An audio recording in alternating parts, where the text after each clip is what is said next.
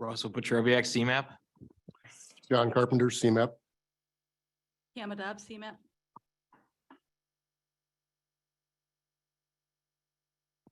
Daniel Como, CMAP. Blanca Bellis Schneider, CMAP. Ingrid Witherspoon, CMAP. Lindsay Bailey, CMAP.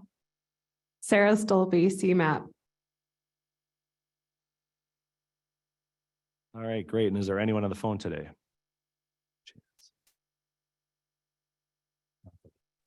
All right, now moving along to item 2.01 is a request for agenda changes. I don't have any agenda changes today that we're aware of. Do we have any announcements?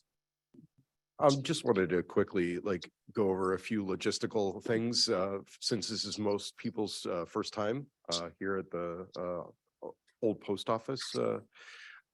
The restrooms. So if you go out here through this door, and the hallway right before the main entrance is the women's washroom. If you go down the hall and around the corner, there's a men's and a gender neutral washroom around there. And there's two restrooms that are just to the left of the receptionist desk. So with that, also coffee and water is back here for anybody. So please help yourselves and welcome. But that's it.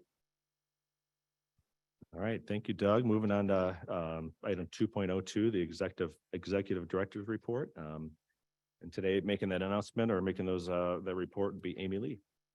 Hi, good morning, everyone. Can we update the record? John Basic is here on behalf of District 1, IDOT. Okay. Welcome, everyone. My name is Amy Lee. I'm Deputy of Transportation here at CMAP. Today and moving forward, I'll be sharing announcements on behalf of Executive Director Alaman and CMAP. It's nice to see you all here on this sunny day, this Taylor Swift weekend that we're all celebrating. As we gather here again for the first time, this is a nice juncture for us to sort of reestablish the purpose of these meetings and this committee. Staff here have remarked on several occasions just about how much turnover there's been at our respective agencies. I recognize I have personally contributed to that trend, but when there's that much turnover, coordination, collaboration just gets harder. This committee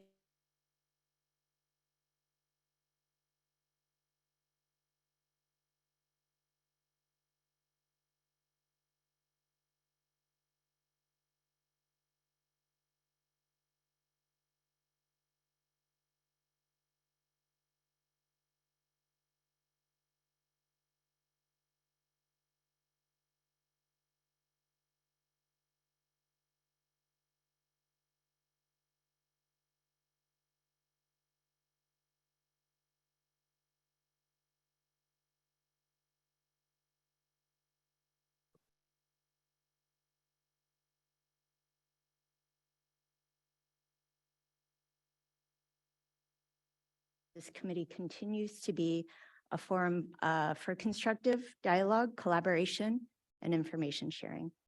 And with that too, I want to note that if any of you are short timers, please be in touch with us. If we can help onboard new staff that you're bringing on, please reach out to us. We'd love to help you sort of bring people in to learn the lay of the land here at CMAP.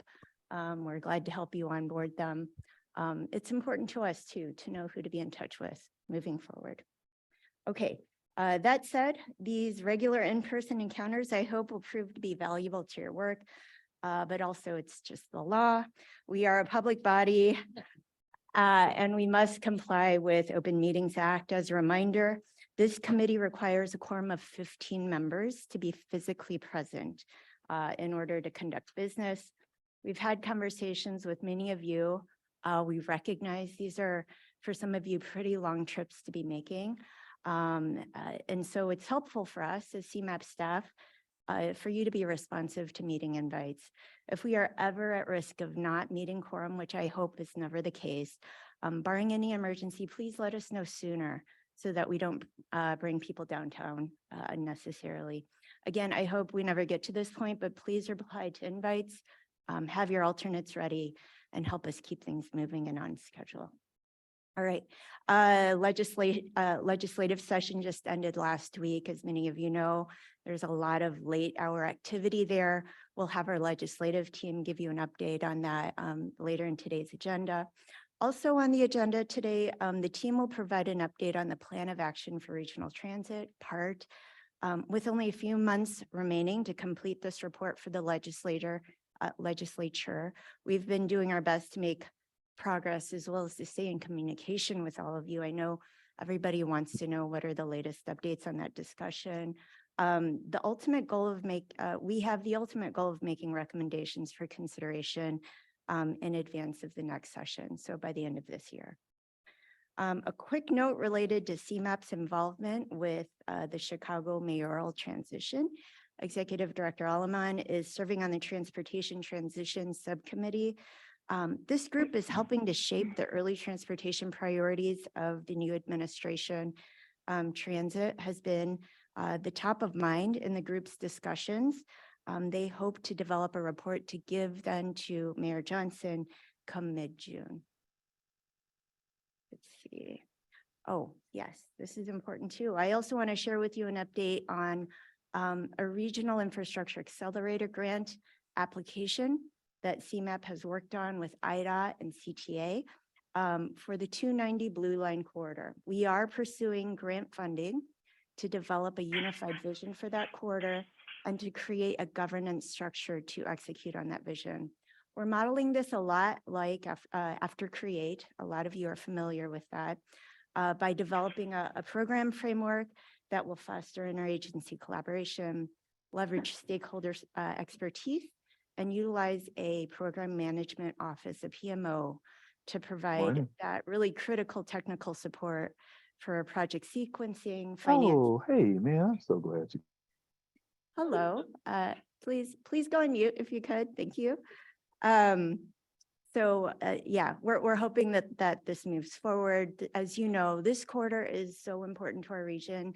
It has two regionally significant projects within it. So we are eager to all move this forward and find a way to bring funding to our region to support those projects. We just met the deadline for applications at the end of May. We will make sure to keep you all apprised of any progress on that front. Finally, a quick look ahead at next week. The MPO Policy Committee will be meeting on Thursday.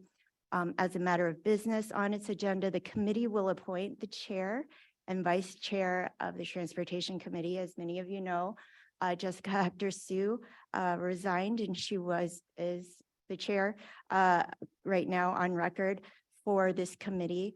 The MPO Policy Committee will vote on the appointment of Kevin Carrier as the new chair and Tara Orban as the vice chair. So thank you to Kevin and Tara for your continued leadership. And thank you to all of you really for your commitment to serve on this committee, really doing the vital work on behalf of the region and our communities. With that, I conclude and turn it back to you, Kevin.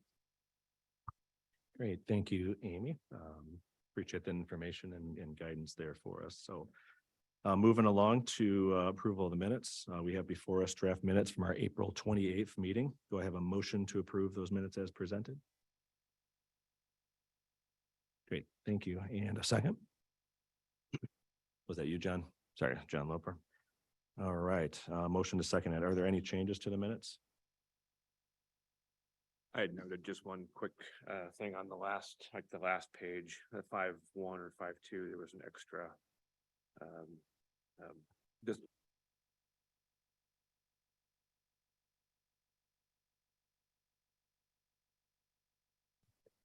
Yes, was that under that? Great, yes, under 5.1. Awesome, great, thanks, John. We'll get that cleaned up. We had There was one other additional change under the public comment. It should be Mr. John Paul Jones for Grow Greater Inglewood. So that change should be made. And I know, let's see here. I want to make sure, like, I think Audrey, your name was misspelled at one point in time. I got it corrected. I don't know if it got onto everybody's sheets, but that will be changed as well.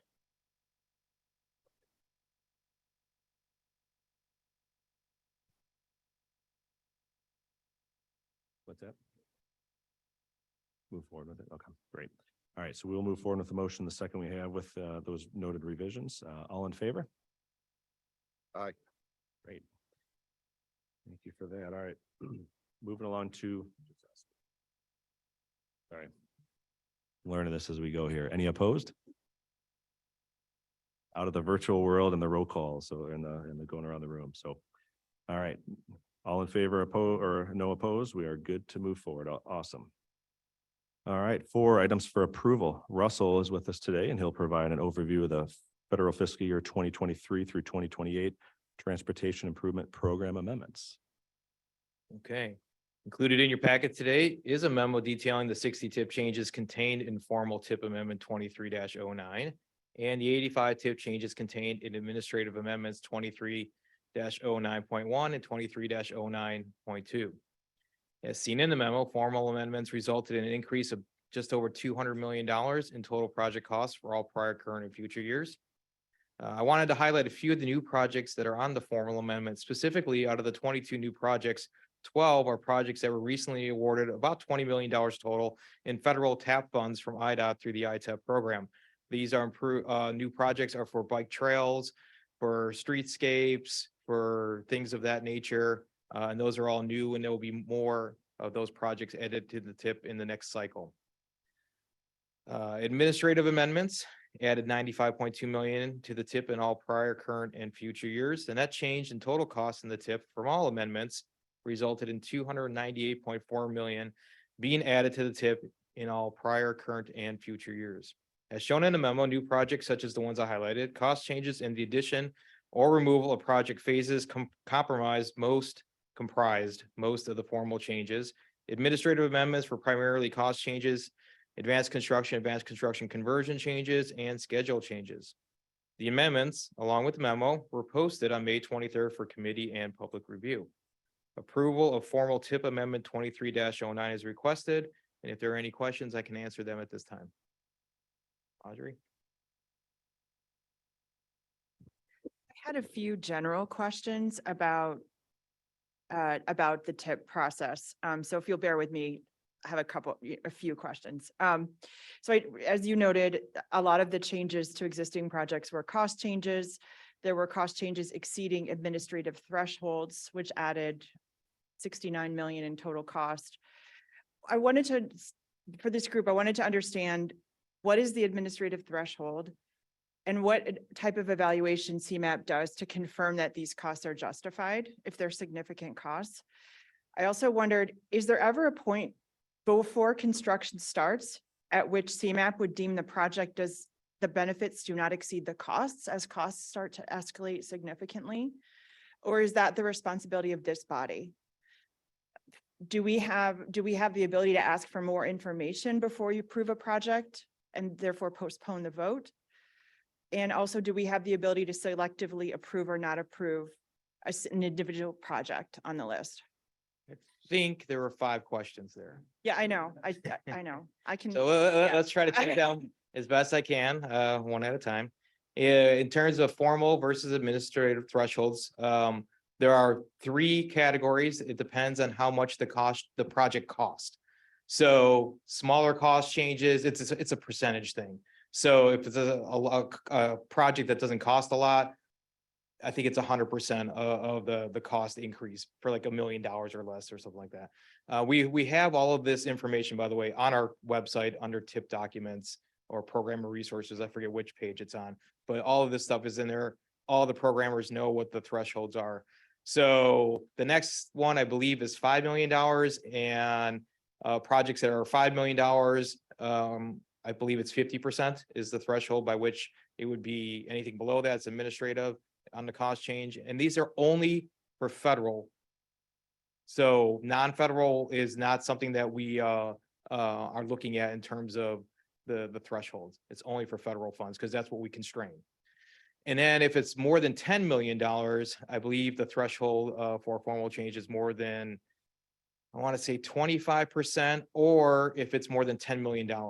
Now, there are other things, and some of these are on the memo. So moving funds from a year that's not in the tip to a year that's in the tip is also a formal change. So if you go from MYB to, let's say, FFY 23, that's a formal change.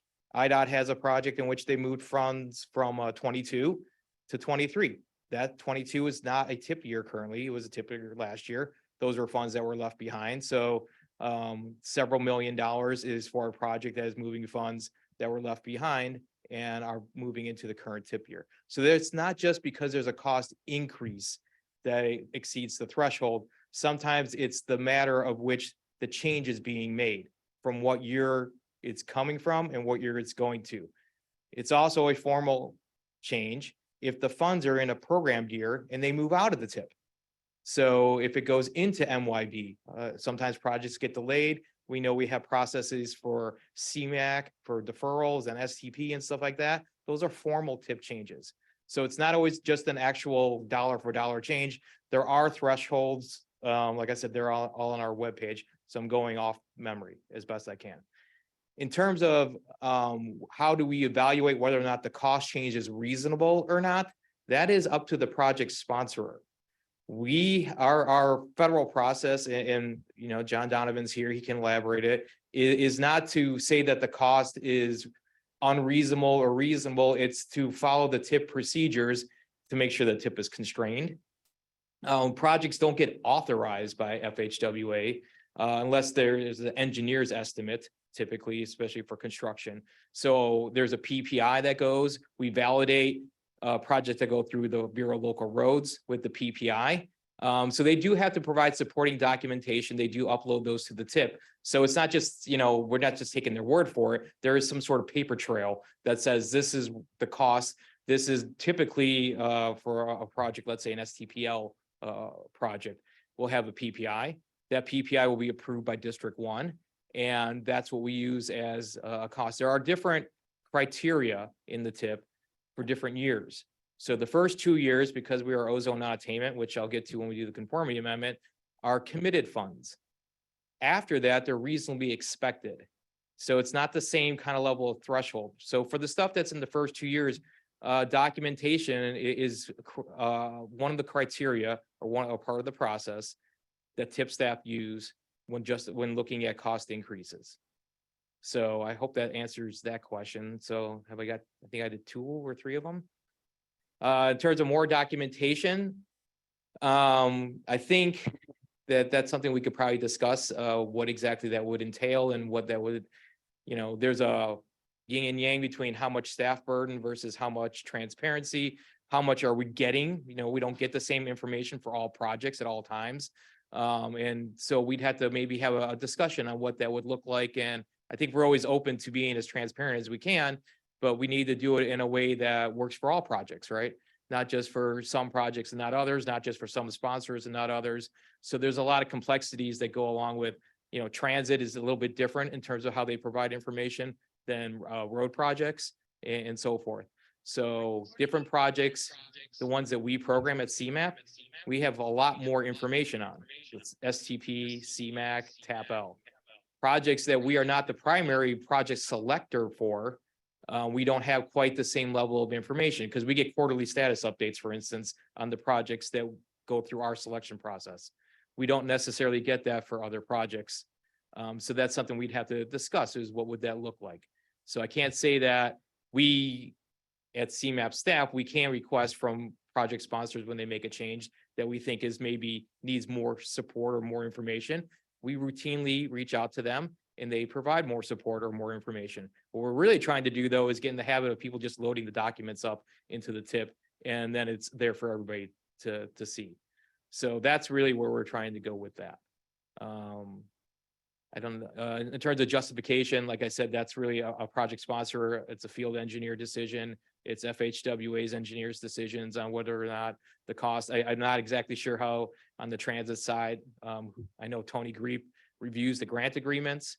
So there are processes outside of just the tip that also are involved in what they often want to do is make sure that what's in the tip and what's being submitted for either a grant agreement or FHWA authorization are the same. And that's, I guess, where the alignment happens. Typically, the tip is first. So they're not going to be putting in cost estimates that they're not going to be seeking authorizations for, that they don't think they can get approved, that aren't reasonable. So there is other processes outside the tip, but the tip matches what they ask for. The tip, I know John can maybe speak to this, but on the FHWA side, they check the tip before they authorize projects. But they do the same thing with FTA grants. So I don't know, did I miss one question? Well, the last one was, is there, what is the level of authority of this body? Can this body not approve an individual project, or does everything have to get approved? So that's together? not for me to say. I think that's more of a transportation committee policy kind of thing. Typically, when we're asking for everything, it's as a group. Part of this has to do with we are physically constraining projects as a group. So pulling one out or another can affect the balance on those things, especially on the conformity side. It could be very tricky. I think I would defer to John Donovan and to others here on what exactly, we've never done it in a way that's different than what we're presenting now. Can it be done? I guess there's possibilities you can do anything. Should it be done? I don't know. And John, do you want to weigh in? I'll just say the authority for this committee to act on tip amendments has been granted from the policy committee. So I mean, this is considered a policy level decision that's been awarded to this committee. So in theory, you could do whatever you want. Again, I think what Russell's trying to indicate is there are ramifications to doing different things. But in theory, this committee can act on tip amendments however it deems appropriate. Russell, I had a quick question. So you talked about the conformity, you could change it. If we pull one out, for example, is that going to be a problem for conformity? I understand it would be in the future, but would it be for today? If we did that for a conformity, something which is the next agenda item, which I'm Yeah. also be up here for, it would be a problem. Okay. If we did it on, let's say today, and we started pulling projects, that project will be impacted. Yeah, It'll be yeah. delayed. If it's a new project, it may not get in the tip, so it may not be able to start. Let's say it's using federal funds for phase one. If it doesn't get in the tip, it can't start. So it has real impacts, and we need to understand those real impacts before we kind of create a situation in which unintended consequences cause projects that are good projects to be delayed because we've created a new policy, let's say, that affects everybody in a certain way. So I think it's welcome to have a discussion on just how that kind of thing could happen. I would not encourage it for today. I think that right now we go with what we have. That's my opinion. It's I didn't ask Aaron. But the transportation committee, like John said, it can do basically what it would like to do, but I think it should do it in a thoughtful manner in which it can be applied, whatever the decision is, equally over a period of time. Because as people come and go from this committee, as they come and go from staff, we need to have some consistency in how we apply things and not have it be arbitrary or be based on my decision, or somebody doesn't like some sponsor and they give them, a higher standard to meet. That's something that we try to be very straightforward and make the policies transparent. I don't know if that answers your question, Tara. Russell, thank you for your explanation, and thank you for the questions, Audrey, in the sense that this is a big group and a new group of people. And I think the answers on the process have been illuminating. And there's some different facets to the question and answers that I wanted to cover. You brought up a good point, Russ, about there are federal programs where CMAP is the awarding agency of federal funds.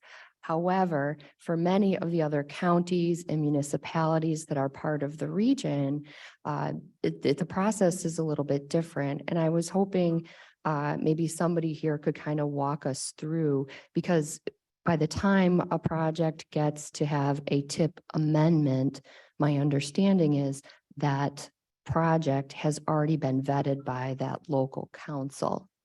So there is and the tip amendment wouldn't be coming through if that local council didn't support that. Let me, I project. can provide a little bit of context. So we'll give HSIP as an example. Those do not go through the councils. They're not just local. They are IDOT and or local. Anybody can apply. The state does a call. These are federal funds.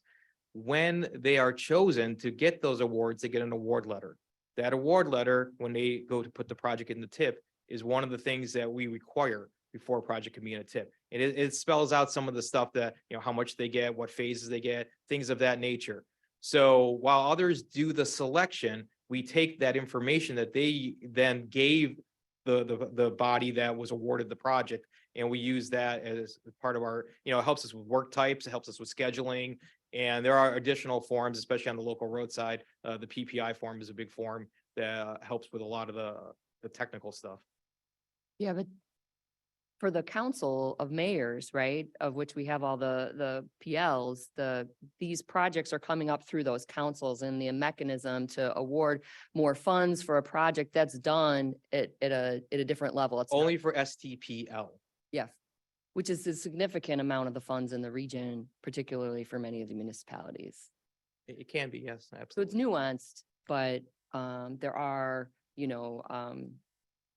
other committees and bodies that approve the tip changes, right? And the amount of funds awarded before it gets to this council. And I will say, just on a personal note, the tip staff takes this stuff very seriously. We spend a lot of time reviewing tip changes. As anybody who submitted a tip change knows, it's not automatic. There are lots of rejections. It can go back and forth, either emails or follow-ups or whatever it is. So it's not just some sort of like, it's not like what do we call it? A grand jury who can indict a ham sandwich, so to speak. There is a thorough review and vetting process, and we do take this stuff pretty seriously. Maybe John, and John can maybe attest to, I think we might even take it more seriously than many other parts of the country. So there is that. I can attest to it. Russell has denied a number of my tip requests. I didn't even like the font. Right, exactly. Tara, I did, so yes, as I see it, yes, it does, like the Will County Council mayors where I was working would approve them, but then it still comes to this body, right? Is that fair, that this body could to act on? Okay, thanks. I mean, I just want to add one other thing. And again, I think Russell's right, that this region in particular puts a lot of effort into getting it right, tracking the dollars. Every dollars they have access through our financial management system, the federal financial management system. They operate it better than we do. That's just, they got more staff on it than we do. So I mean, that's, they should be doing a good job with it. One of the things I want to point out though is what the tip isn't. The tip is not an auditing document. It's not intended to be. It is intended to give the very best and sincere effort at providing planning level estimates. And that's what we demand. But at the end of the day, those are also not the numbers that necessarily go to letting. There's a more refined engineer's estimate that typically feeds into the letting cost. And after the fact, by project level and by program level, and we do analysis at the end of the year, that's when we analyze how far off was the estimates versus what was actually awarded. If those numbers start to exceed certain thresholds that we don't like, that's when we powwow with IDOT. We may do a joint process review. We may do other things to analyze why the numbers aren't where they're supposed to be. But again, it's impossible for the numbers at this stage of the game to be precise. That's just something I hope everyone can appreciate. They should absolutely be in a pretty close ballpark. But the level of precision at a planning level estimate's just not. There is some imprecision at this stage of the game. Again, it's a federal requirement, give our best effort. Like I said, we're also doing NEPA, we're also doing right of way, utilities, all the other things that feed into the federal requirements on a federal project. So again, this region, I think, does an extremely good job of trying to hit everything as best we can. But at the end of the day, if you go back and look at projects, well, why didn't this hit the tip number? Well, it was never going to hit the tip number. It shouldn't be expected to hit the tip number. So that is something that I run into occasionally. Just given the nature of this discussion, I thought it might be useful to point that out. So.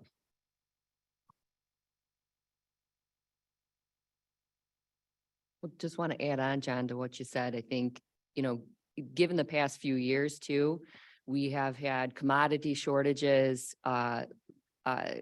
inflation, material costs going up significantly. So there's a constellation of variables that are influencing the bid prices that we're seeing. So to your point, just wanted to expand on, what some of those major variables have been for all of us as implementing agencies. And I think, who was next? Henry? Bob? I just wanted to ask this as more of a kind of policy and authority question.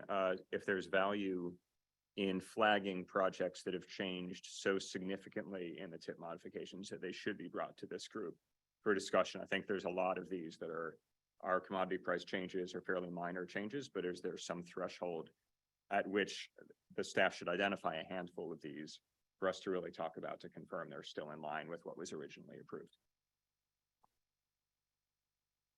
I would say that that's an arbitrary process. And so we would like to have, for us to do something like that, we would probably prefer to have direction from the committee on just where those thresholds are. Henry. And then I just had a follow-up education point since we're talking about this. I also file the obligation report. So the tip should be seen in conjunction with the obligation report, which goes through each of the contracts. I haven't been asked by CMAP for a while for the obligation report. I don't know if that's still a process. I think it's on your website. Thank you. All right. Any other questions or discussion? And just for clarification, what you're being asked to approve today is that the tip is physically constrained.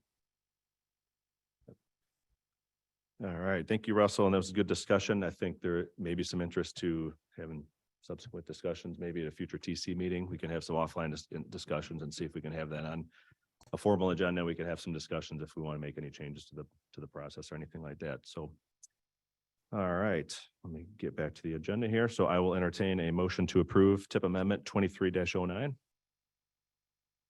Moved. Henry, thank you very much. Do I have a second? Awesome. Thank you. The motion is seconded. Are there any questions? We already had the discussion on that. So all those in favor? Aye. Any opposed? All right, hearing none, the motion carries.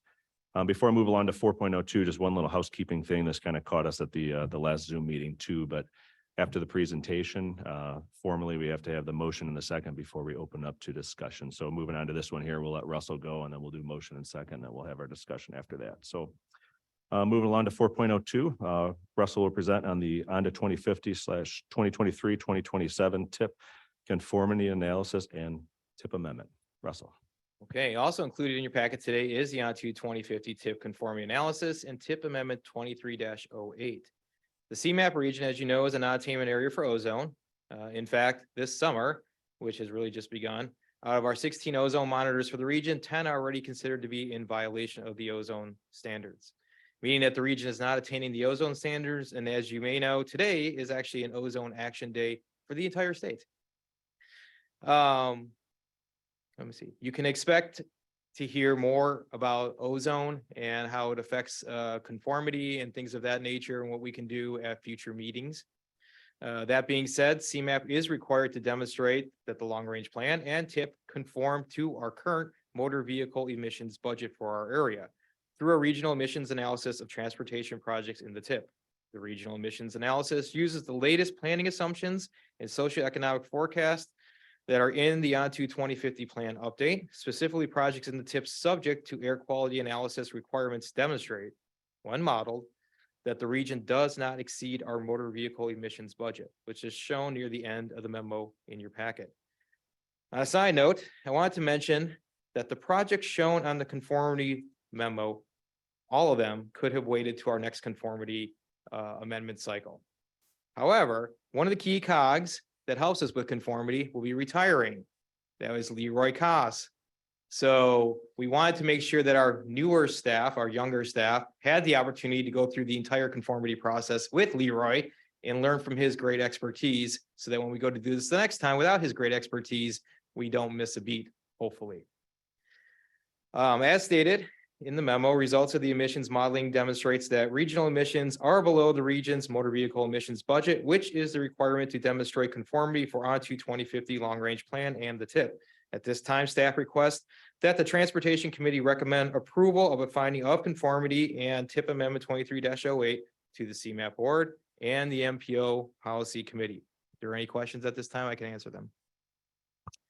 All right, so I will entertain a motion to approve recommending conformity analysis and tip amendment 23-08 to the CMAP Board and MPO Policy Committee for approval. I have a motion. Scott, is there a second? Christina, thank you. All right, any questions or discussion on this item? All right. Oh, yeah, go ahead, Leah. Thanks. I know that, obviously carbon emissions are not part of this conformity analysis because this is looking at other pollutants, but just that, your memo helpfully lays out what those would be and what they're projected to be. And so I feel an obligation to note that they're disturbing and that, this body has authority to think about, as we were talking about in the last conversation, what our program of projects is. And a lot of this has to do with that combination of land use and transportation. And to the extent that we're able to move the needle better on carbon emissions over the future, not sort of by onesie twosie projects, but by thinking more broadly about where we're developing, how we're developing, utilizing the transit assets that we have through, both suburban and urban transit. I think that is really going to help us move the needle. So just wanted to flag that. That's a comment. It's not a question, but thanks. Great, thank you, Leah. Kyle, go ahead. Yeah, just to build off that and connect it to the last conversation, which I think was very focused on costs, overruns, and project budgets, which is obviously critical. But if and when we have a discussion about the tip amendment process, I think it's also important to think about the impacts of these projects, right? And if we're thinking of projects that should be flagged for further scrutiny, not just because of cost, but because of potential impact based on the project design, I think it should be part of the conversation, right? This is not just about cost, it's about impact on communities, impact on people. Thanks. Great, thank you, Kyle. I think I would just reinforce the concern about the greenhouse gas emissions, which is in the last page of the memo that essentially shows we're staying where we are through 2050, which is not in line with anyone's goals. So we also have had concerns about CMAP's evaluation of individual projects and their effect on greenhouse gas emissions because they don't appear to fully include induced demand from construction of new road facilities. So I feel like these numbers, if they're based on the same method, may even be low. So I think that we could be looking at actually an increase in greenhouse gas emissions. So I agree this is not a discussion completely to solve today, but I think we should put this on the agenda for later. Right. Yep, duly noted there for all three comments and discussions there. So we will give that some discussion behind the scenes and bring it back at the appropriate time. All right, so we have a motion and a second. Any other questions before we move forward? All right, all those in favor? Any opposed? Hearing none, the motion carries. Moving on to item 5.1, Laura is back with some more information on the work of the PART report, including the governance approach, funding, and system improvements. She'll be joined by staff of the transit boards discussing service changes, responding to the changing travel needs. Great, thank you. I am sorry I could not be with you today. I'll be there for all the rest of them. Can you hear me okay? Yeah, we're good, Laura. Great. All right, well, let's jump on in. Kind of picking up where we left off. Go to the next slide. Great, keep going. Again, as Kevin just mentioned, we're going to talk kind of backwards. We normally talk system improvements, how we're going to fund it, how we're going to implement it. We're going to flip it around today and talk about where we are in the governance approach, and then a little bit of the update on funding. And then lastly, a few of the system improvements we wanted to catch this group up with since our last discussion, and then turn it over to the service boards to talk about changes in service. So next slide. Again, as we talked about last time, The next conversation we'll have will be building on the conversations we're having today on funding and governance and bring the draft recommendations to this group in September. Next slide, starting with governance. So again, just to kind of reorient this group to how we're approaching the governance conversation is trying to create a framework and what is the issue we're trying to solve for versus, again, just jumping to a structure. We really wanted to talk about what is the changes that are needed. And so again, we heard that service coordination, funding allocation, accountability, and state and regional entity involvement in the framework was important to people. So we're building from there. Next slide. Again, the things we're trying to have the dialogue around is to start really in what are those problems? What are the things we're trying to achieve in the system we want, and how would that impact governance? And the same thing in maximizing investments in the system, and how would that relate to governance? Next slide. So again, thinking about each of those problem statements and the different concerns and things we wanted to be addressing. So instead of, again, going for the model first, we really wanted to look at the functions. What are the functions and decision-making spaces that people are making today? So service, funding, administrative, and fair policy, and how and where are those decisions being made? So we're starting in kind of that functional space. Yeah, sorry, go ahead, next slide. So thinking about, is that happening at each of the transit operators in this decentralized way? Are those decisions being made at a regional entity? And where do we kind of fall along the scale in each of the functions? So next slide. So this is just an example, but you think about where we make decisions on each of these functions. Again, are they happening at the independent operator level? Or are they happening at regional entity level? Or is it somewhere in between? So we've been kind of trying to make sure we understand what other regions are doing, what our region is doing, and blending those with the problem statements that we heard from our steering committee. Next slide. So then we start looking at actual structure. And so in the actual structure, you have 5 different models, right? You have evolving the RTA and only having independent operators. You have the status quo.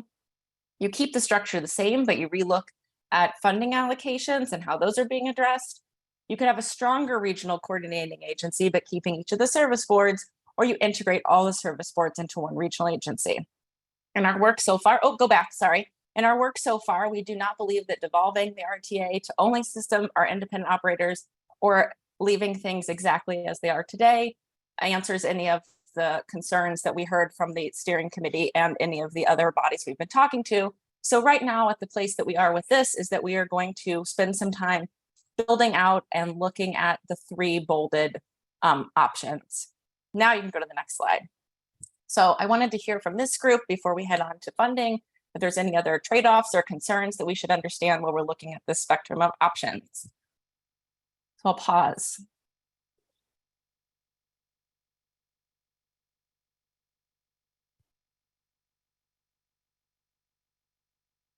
We could, maybe if we can pop that slide back up on the screen too, maybe it'd be helpful. There you go. Yeah.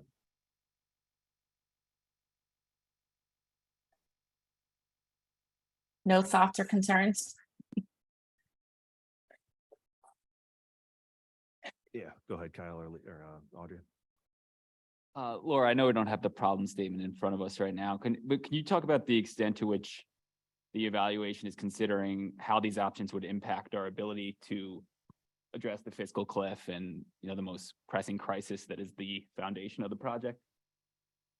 Yeah, so again, I think what we're trying to do is think about how they relate, any of those recommendations relate to the system improvements recommendations, and as well as any of the funding recommendations, that they do have crossover with governance. So we are looking at it as a holistic piece. Yeah, we'll as we bring forth different options, they will be related to some of the other recommendations.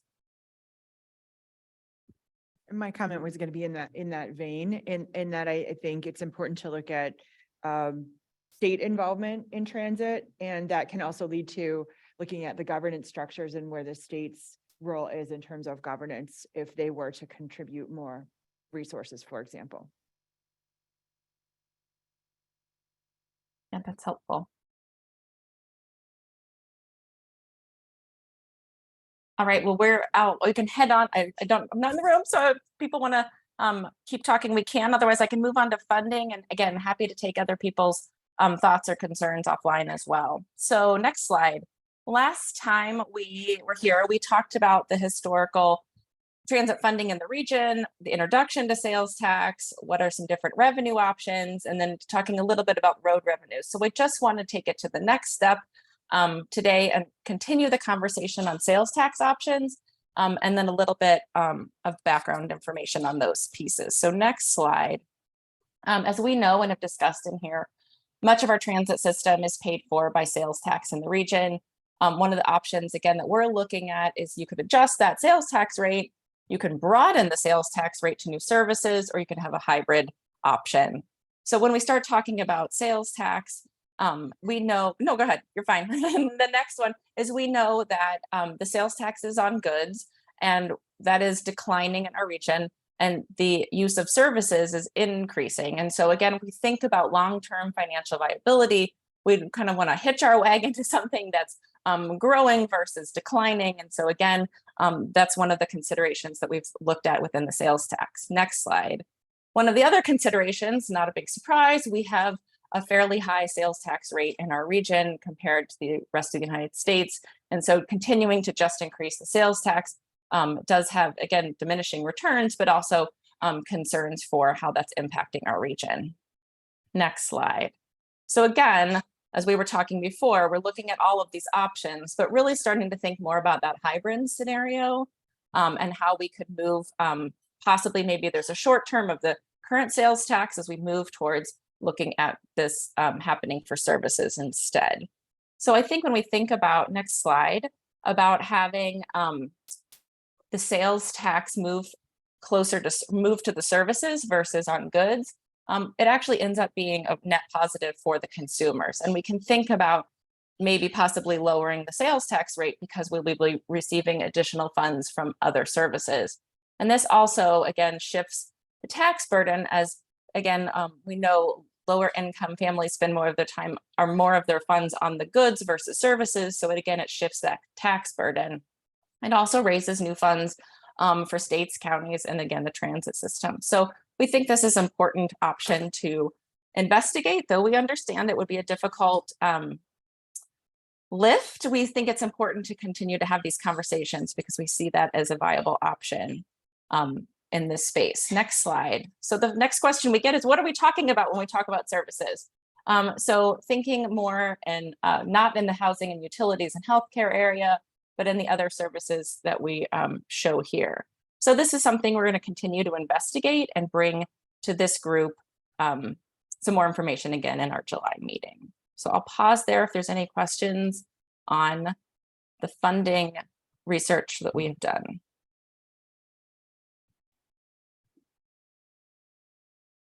All right, any questions in the room here for Laura? I'll help moderate here, Laura, since you can't really see. Yes, thank you. Yeah, Jack. Hey, Laura, this is something I know I discussed with you and a couple others over email, but I wanted to talk a little about automated enforcement and the role it might play. I know I was talking with some of you at CMAP about how about the idea that the revenue generated from such enforcement should be spent very locally. And I like that, but I just wonder if we should also consider that such revenue might be used for some kind of general fund for operating, or is that not something we're looking at? So typically when we look at automated enforcement, what we want to make sure is that the funding is directly related to what its surrounding so that it doesn't go into other areas. So again, transportation dollars staying within the transportation region. It's also something we want to be careful. It's necessary and it's something we've been talking about, but it's also, we hope has diminishing returns, that we actually don't see those funds being a long-term financially viable solution, because we hope that things reduce from automated enforcement versus increasing. So we are looking at those things, but also being very careful and mindful of the intended and unintended consequences. Yep, thank you.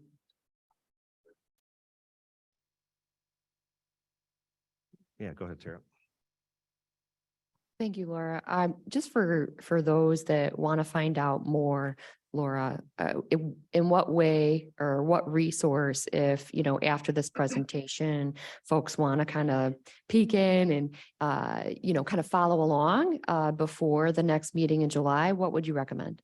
Sure. So one, you can reach out to us directly and ask questions, but we're also hoping, and again, that's the last slide, is we're hoping to do some video presentations and white papers on each of the different recommendations and pieces of this as we move along. So we'll start to kind of post those on the web, share those with people, send those to this group so that people can be giving us input throughout the summer. So either reach out to us directly or we'll be reaching out to you guys as we post those.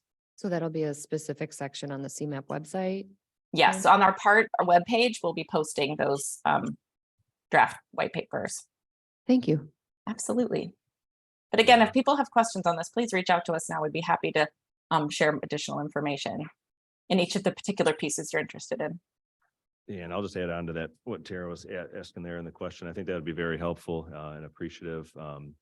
And I know this is moving at lightning pace for everybody, and especially the CMAP staff and all the different meetings and stuff you guys are overseeing. But once we start getting to those white papers and stuff, I think as much advanced read as we can get, because a lot of us are probably going to bosses trying to get some feedback and thoughts and some of that stuff too. So to be able to provide some informed, feedback and stuff like that is probably going to take a little bit of time. So as much kind of heads up as you can give us on that and prior to taking a vote, I think would be very helpful.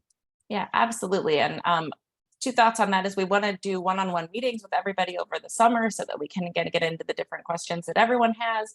I also said to the staff last week, we are marathoners. This is what we do, and this is definitely a sprint. So we're definitely moving in much faster pace than we would normally. And so I think there's going to be some work on this in the next, as we work on this this year, and then we'll continue to be doing additional research on all of these issues. So.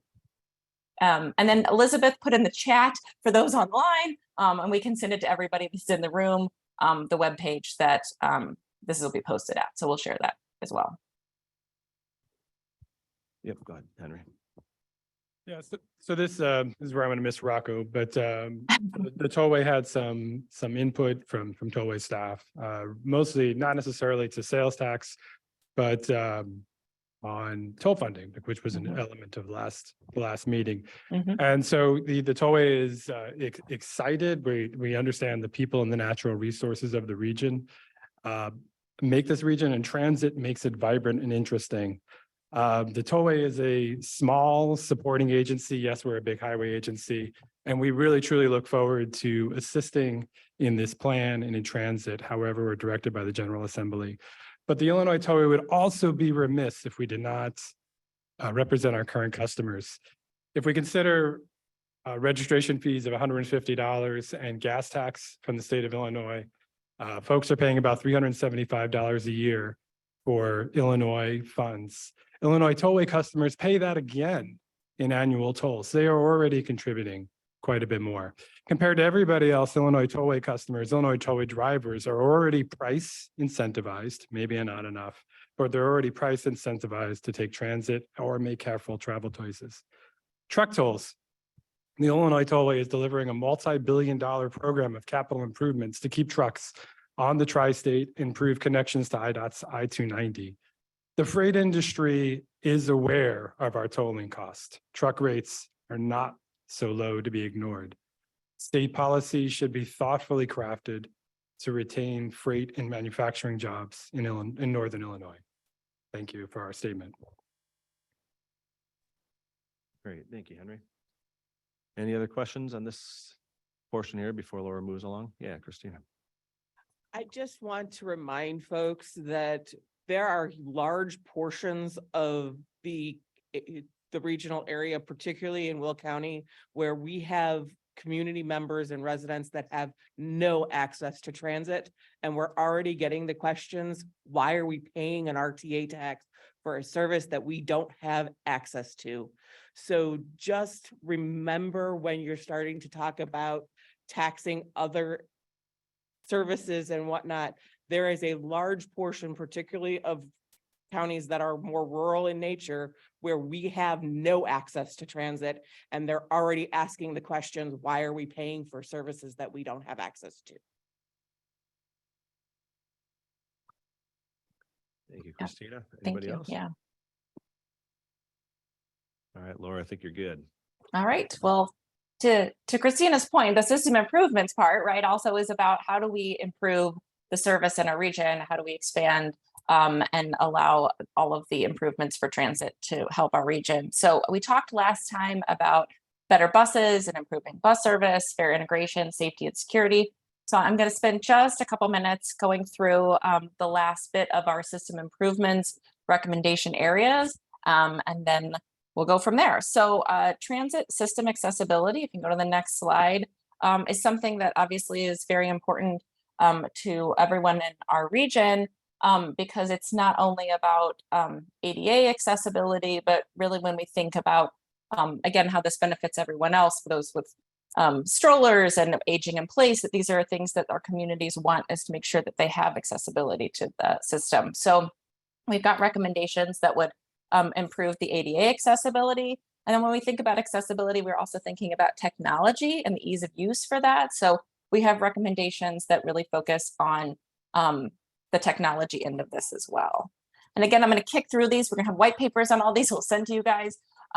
The other piece of this is the demand responsive services. Again, something that I know that a lot of the counties have been working on.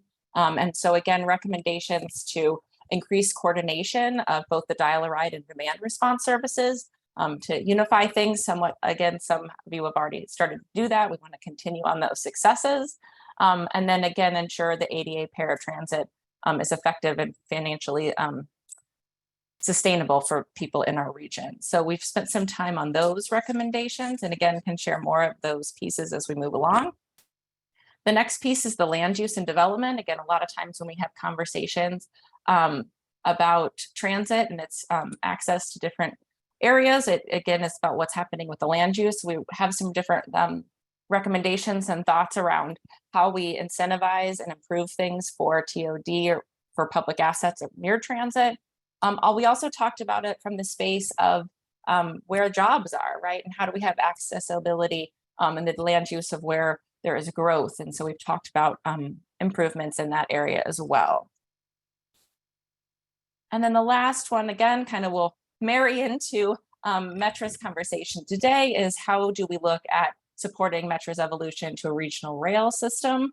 So that, again, we talk about service or transit service needs with this changing travel needs in our area. And then again, looking at how we can make long-term investments to meet those needs. So we're also focused on helping the regional rail piece move forward. And I think that's kind of teeing up, as I said, we wanted to talk about how are the different service boards currently looking at responding to the changing travel needs in our area. And so I wanted to give the opportunity for each of them to speak directly to this group about what they're doing in that space. So I will, unless there's questions on those, I'll hand it over to Metra. Is there any question on the 4 slides I presented on system improvements? Again, we'll be sharing more white papers on these. Great, well, I'll hand it over to Metra.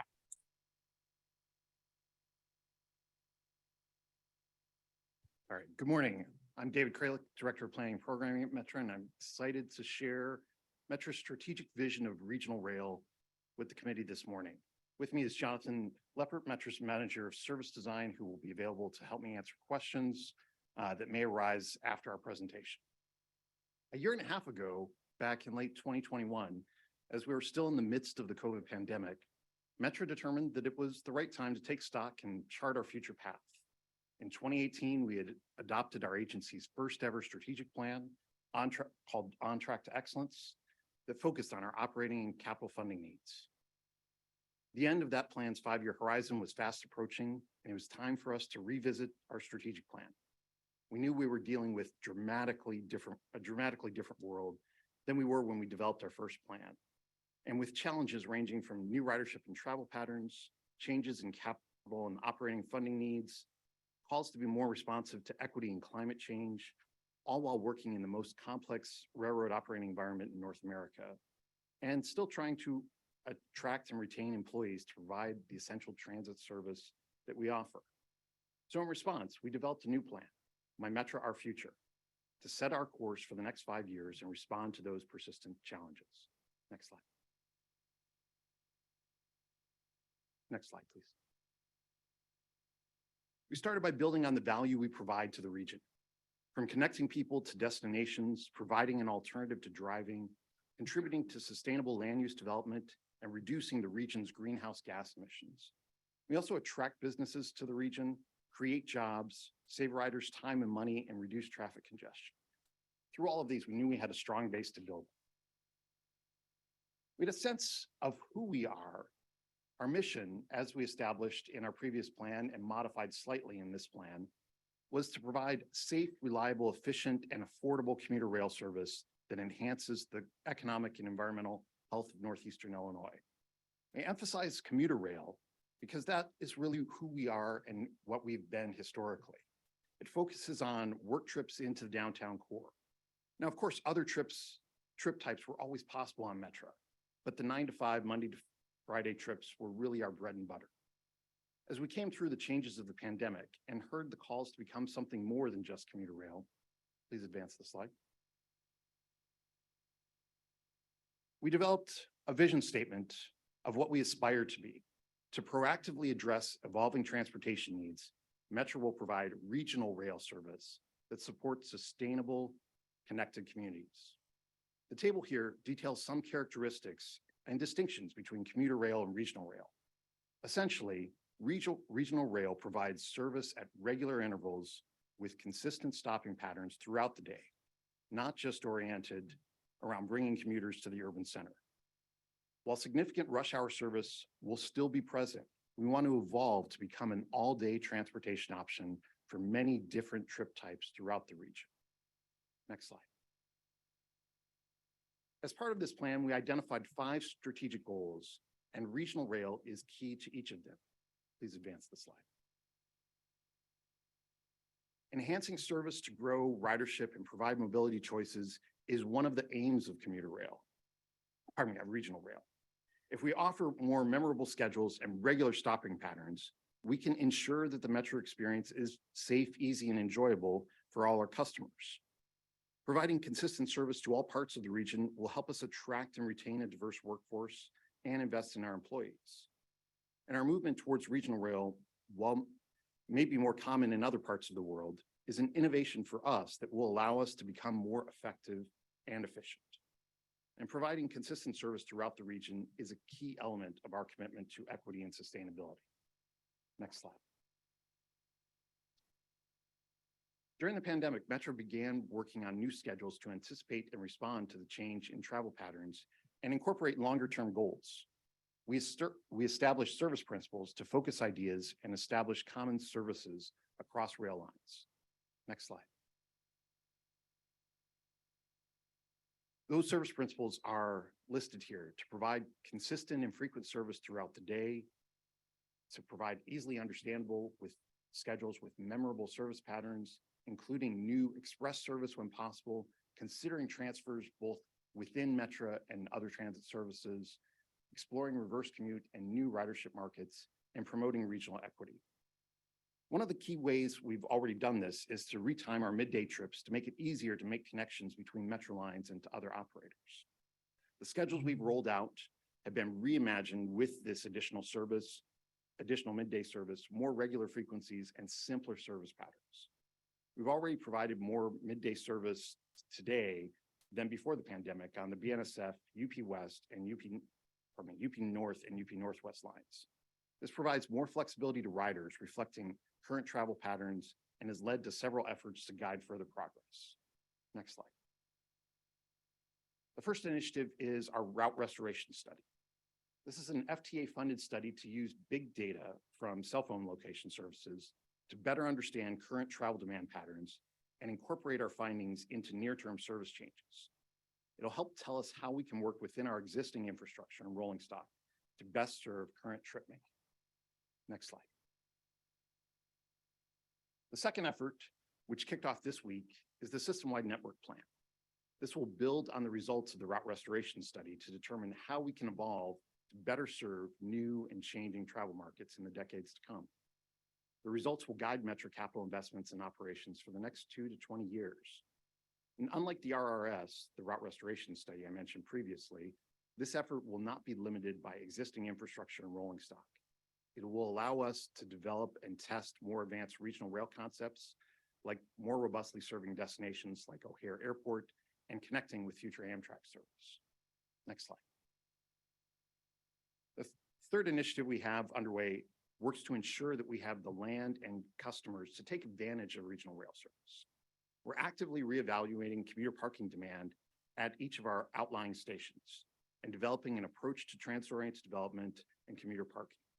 This will allow us to better respond to community inquiries, provide consistent standards to evaluate redevelopment opportunities, and to help us also reevaluate our ADA access to our stations, as was mentioned in the presentation previously. This will continue and extend our ongoing coordination with TOD planning efforts, identify areas of excess parking for redevelopment, including potential land swaps, and help us to provide a consistent response to community and developer proposals as they come in. Next slide. However, achieving this vision of regional rail will not be easy. We cannot simply flip a switch and become a regional rail operator. It will take more funding to operate the level of service we used to operate, let alone the increased service levels necessary to achieve regional rail. We'll need transit supportive land use and strong first and last mile connections working with our partners. And we'll need the cooperation of freight rail partners and many other key stakeholders. That's the end of my presentation. I'm happy to entertain any questions. Any questions for David?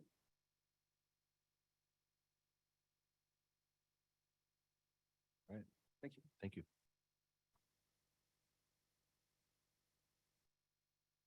Thank you, everyone. My name is Eric Lawn. I'm the Chief Planning Officer for PACE, and I'll be providing our presentation today.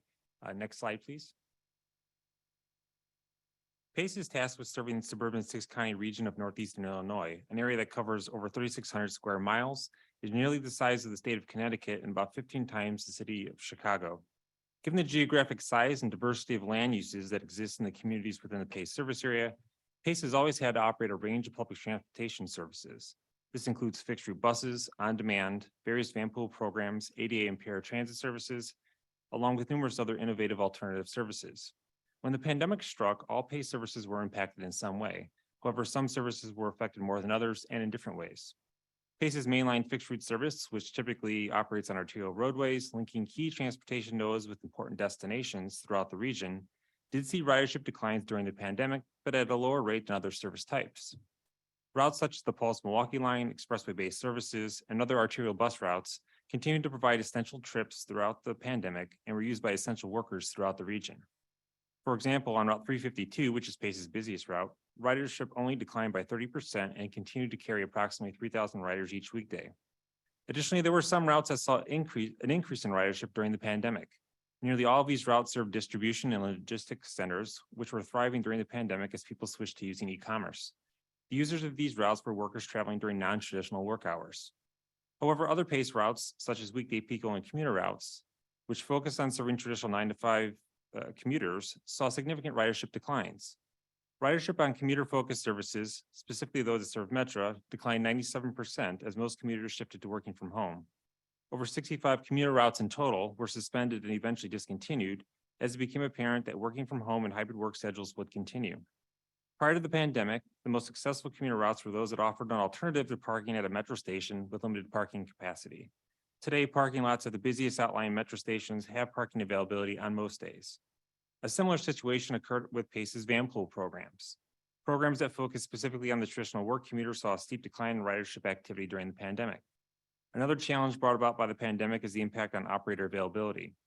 Transit agencies across the country, including PACE, have had to contend with limited operator resources, which has impacted service availability across service modes, including fixed route and ADA paratransit service. It was made clear during the pandemic that changes were needed to bring riders back to the system, to better align services to meet new service realities, and to create a more equitable transit system. To better match the post-pandemic service needs of riders, PACE has implemented or is working on a number of initiatives to improve service offerings, to leverage technology to make it easier to use PACE services, and to look holistically at how suburban transit service is provided.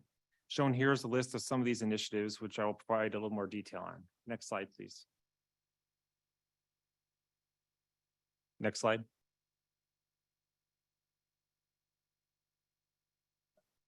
Okay, Beginning in January of 2022, Pace implemented its first TNC pilot project, the DuPage Uber Access Program. For eligible riders in DuPage County, this optional service is a user-side subsidy providing an additional travel alternative for ADA riders. The riders charge $2 and Pace will subsidize the trip up to $30. Approximately 3,400 trips are provided each month through this program.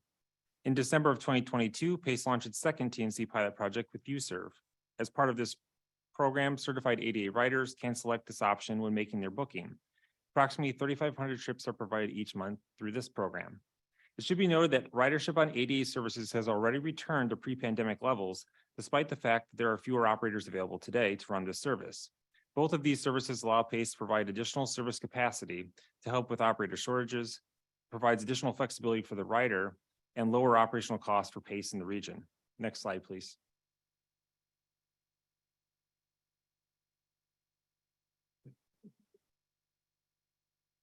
And I didn't even include any animations in this. So this is. Even with the rise in telecommuting and hybrid work schedules, there still need to provide first last mile service options. Beginning in 2022, Pace launched a new van pool pilot project called Van Go. Van Go is the reservation-based service in which drivers and passengers reserve a spot in a van for the next business day. This new pilot program provides a first last mile transit option for commuters traveling round trip from the Lake Hook Metro Station in Deerfield, the Lake Forest UP Northline Station, and the Palatine Metro Station to nearby work locations. Future service will be available in the Itasca area from the Itasca Metro Station and the CTA Blue Line Rosemont Station.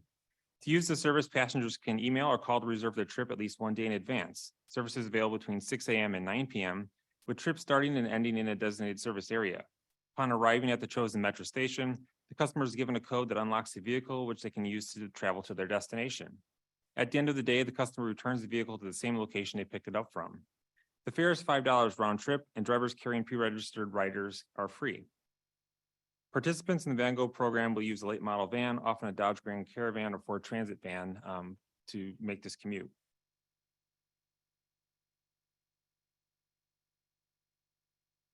Pace's on-demand service is a reservation-based shared ride service operating in 10 designated service areas throughout the suburban region. Passengers book online or call to reserve their trip at least 1 hour up to 7 days in advance. Pace On-Demand is open to the general public and trips must begin and end within the selected on-demand zone. The fare is $2 per one-way ride when using a Ventra card. Customers can also use passes such as the Pace 30-day pass or pay with cash. All vehicles are ADA accessible. As part of a pilot project that began in June of 2022, Pace roughly doubled the size of the previous Naperville Aurora on-demand service area from 10 square miles to 22 square miles. Service operates between the hours of 6:30 a.m. and 7 p.m. on weekdays only. With this service expansion, Pace was able to provide alternative service options for a number of the weekday peak-only commuter routes that were discontinued in this area. This expansion has also been able to provide flexible all-day service to a larger portion of the Naperville area and provided an opportunity to serve other markets that have not traditionally been served, such as the weekday off-peak period. Since the expansion was implemented, ridership increased 120% from an average of 23 riders per weekday to 51 riders per weekday, meeting service expectations. As a result, Pace has made these changes permanent.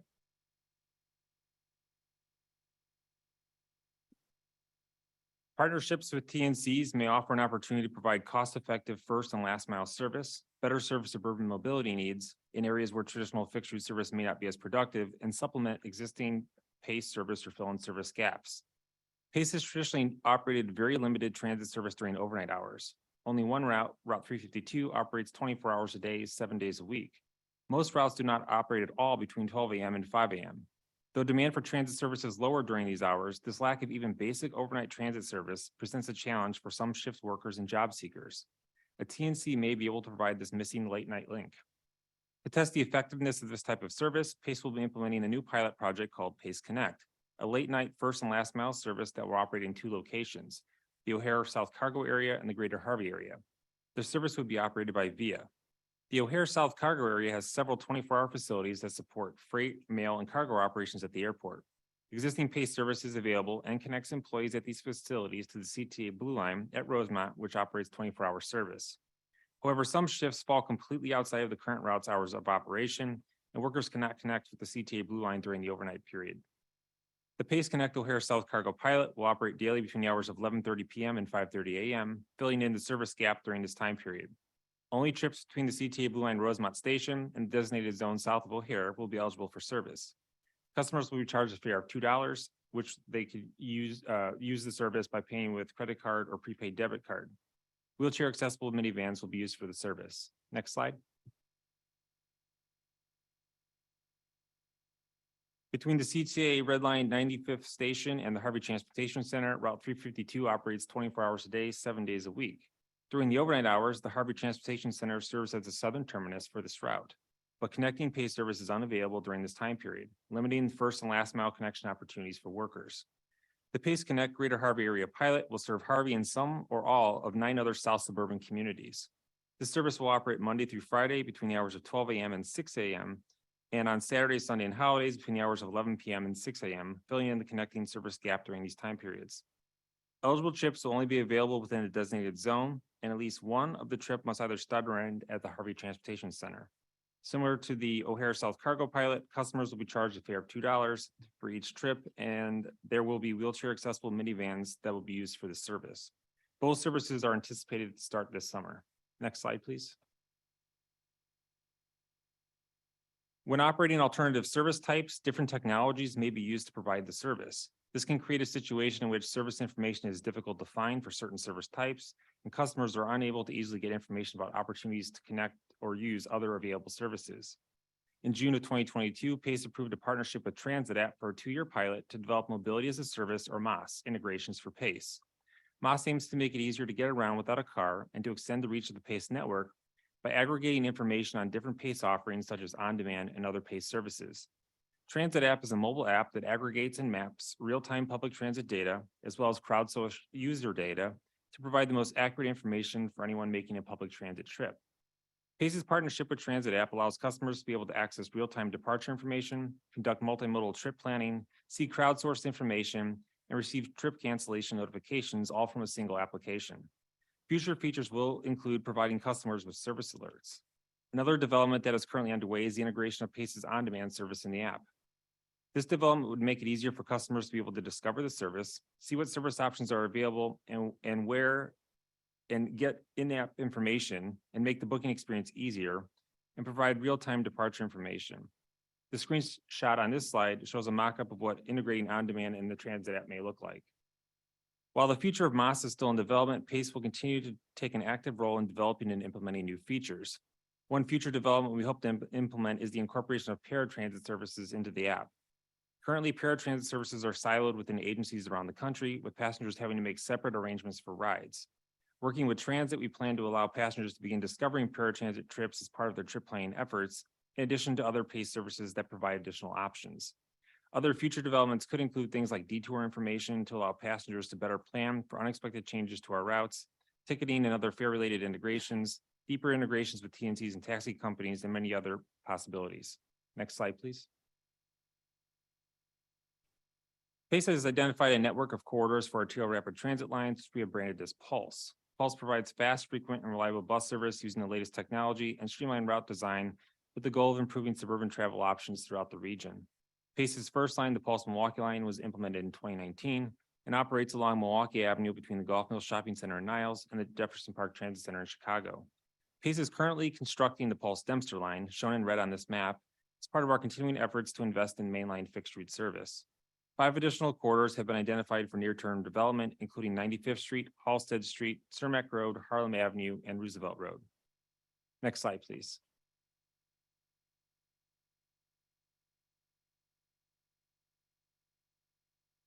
Finally, due to the impacts of the pandemic, PACE has seen an unexpected and significant change in travel behavior, ridership, revenue, and staffing levels. Now more than ever, there is a need to reassess how services provided and to develop a regional service network based on existing and projected future market demand that provides the appropriate level of service for each travel market in an equitable manner. PACE will be working with a consultant to conduct a system-wide network revitalization and system-wide restructuring initiative.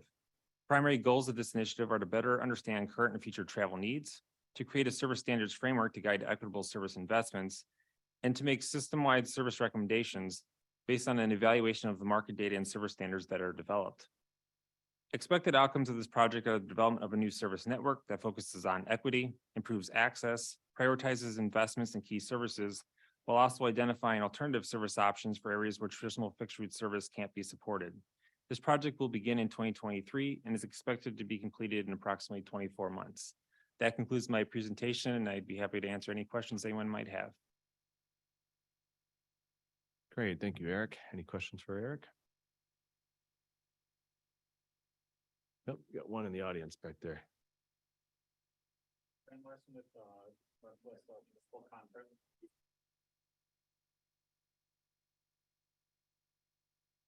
With the on-demand and TNC partnerships, are those fares all payable via the VIA app, or via the Ventra app? Sorry, mentioned VIA as one of the partners for it. And are they all utilizing PACE branding or the TNC branding when you're utilizing those services?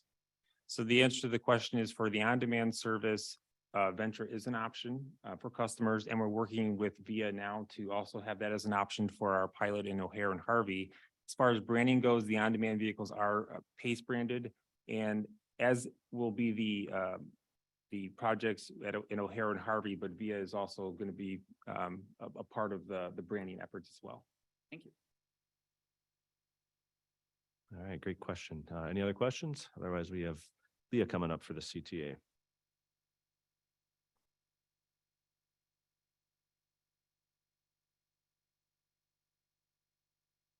All right, who is the slide boss right now? Oh, hey, Lindsay. Sweet. Okay, thanks. I was like, who is the master? Hi, everyone. Leah Mooney. I'm with the Chicago Transit Authority. I'm in the strategic planning group, and I guess just by way of orientation, we have a few different groups that are working on service initiatives at CTA. Obviously, the planning department has strategic planning, which does a lot of long-range planning work. We also have our service planning group that works more on sort of operations and service. And we have an innovation group that's working a lot on Ventra. I don't have a lot in my presentation today on that, but we are doing a lot of work to bring Ventra along and offer some more of these opportunities there, including some integration with Divvy, I think is one of the next things. So I'm framing this today, I think, mostly around sort of setting out first what our current scenario is in terms of ridership and what is sort of the problem that we're trying to solve, or what is the context within which we're trying to adjust service. And then a little bit on what we're hearing from our customers, and then a little bit on things that we're doing. So this really looks at what are we serving today? We think about sort of the drastic cuts that happened and the losses of ridership early in the pandemic. We're still certainly seeing significant decrease. The 243.5 million rides that were delivered in 2022, that actually is about, I would say about half of what we were delivering pre-pandemic. We are today up to more like 60% on average, and we're serving about 900,000 rides on the average weekday, which is not insignificant. If you were to take a look at the people who are our unique customers that are using us, we would be the 5th largest city in the country, just by population. So that's a lot of people that are depending on us. Today, I think in terms of our, looking at who's using us within like the last month, there were about 1 million unique customers. That's not too different from pre-pandemic. We had 1.2 million, but they are using us less frequently. Still though, so frequent riders, which are riding like 4 to 5 days a week, they're only about 14% of who's riding us. And yet they are still close to half of all of our ridership, right? So frequent riders are accounting for a lot of our rides. And then meanwhile, 78% are actually infrequent or short-term, just once a week or a few days in a month. And they are about 36% of all, so just over a third of all of our ridership. We did hit a high mark in May and in terms of frequent customers, and that passed about, I guess, 50%. So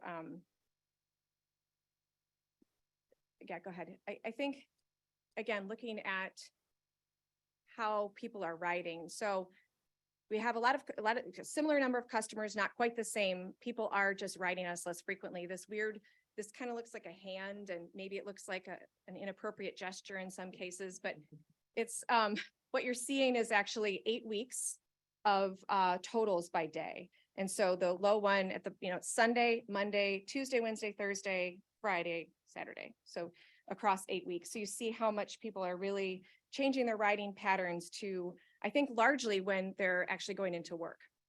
So you may recognize yourself in some of these. I certainly do.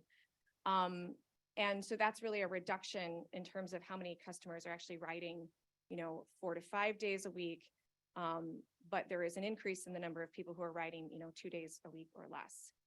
And earlier on in the pandemic, we actually saw some different trends, right? So we saw South and West sides were really the most resilient in terms of people who were still riding.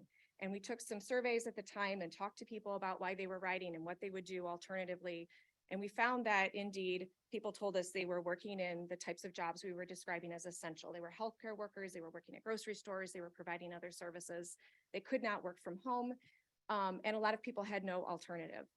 Since then, though, other parts of the city and CTA service area, I want to remind people, we do talk a lot about Chicago because of the density and because of the amount of trips there, but our service area is really more contiguous approximately with Cook County, and we have about 35 suburbs that we serve as well. So, other parts, though, are now rebounding of our system to stronger levels, and that's really kind of in alignment with office occupancy.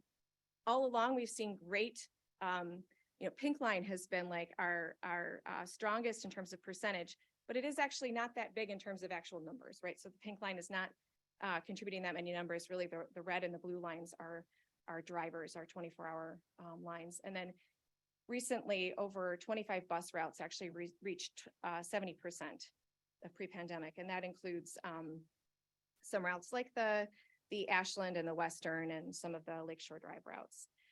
Other thing to say, and actually, do you mind going back, Lindsay, and I'll try to be more expedient, but one of the things to say too is some of our lowest ridership stations right now are on the Forest Park branch. And David will tell you, because he rides that line, that's probably in large part because it's pretty slow. So being able to sort of plunge resources back in the work that we'll be doing together with IDOT and with CMAP to help get that track work prioritized will really help make a difference there. Okay, now I'm good. Again, so earlier on in the pandemic, we really lost that peak. It's hard to see potentially from where you're sitting. The line on the chart on the left-hand side, the line at the bottom is like earlier on in the pandemic. And then it kind of, the line at the very top is pre-pandemic. So we're kind of growing over time, but getting some of those peaks back. So, unlike sort of earlier on where we were like, we've lost the peak, we should just spread service throughout the day evenly. We shouldn't have a peak at all. That's actually not the case at this point. So, and peaks are still providing a significant portion of our overall rides. 40% of all rides now, it was 44% pre-pandemic. So it's still like a similar share. And then of course, office, I think I said this on the last slide, office occupancy is a key driver. The chart on the right actually shows the light blue is bus, the dark blue is rail. So we've always been a system that has been a little bit more heavily weighted towards bus.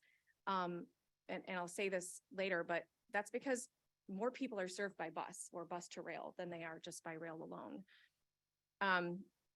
So when we think about kind of what kind of service patterns we want to be moving into, and because we're in a dynamic spot right now, we're not just static, right? We're adapting sort of month over month, quarter over quarter to see how people are using our system and how to better serve them.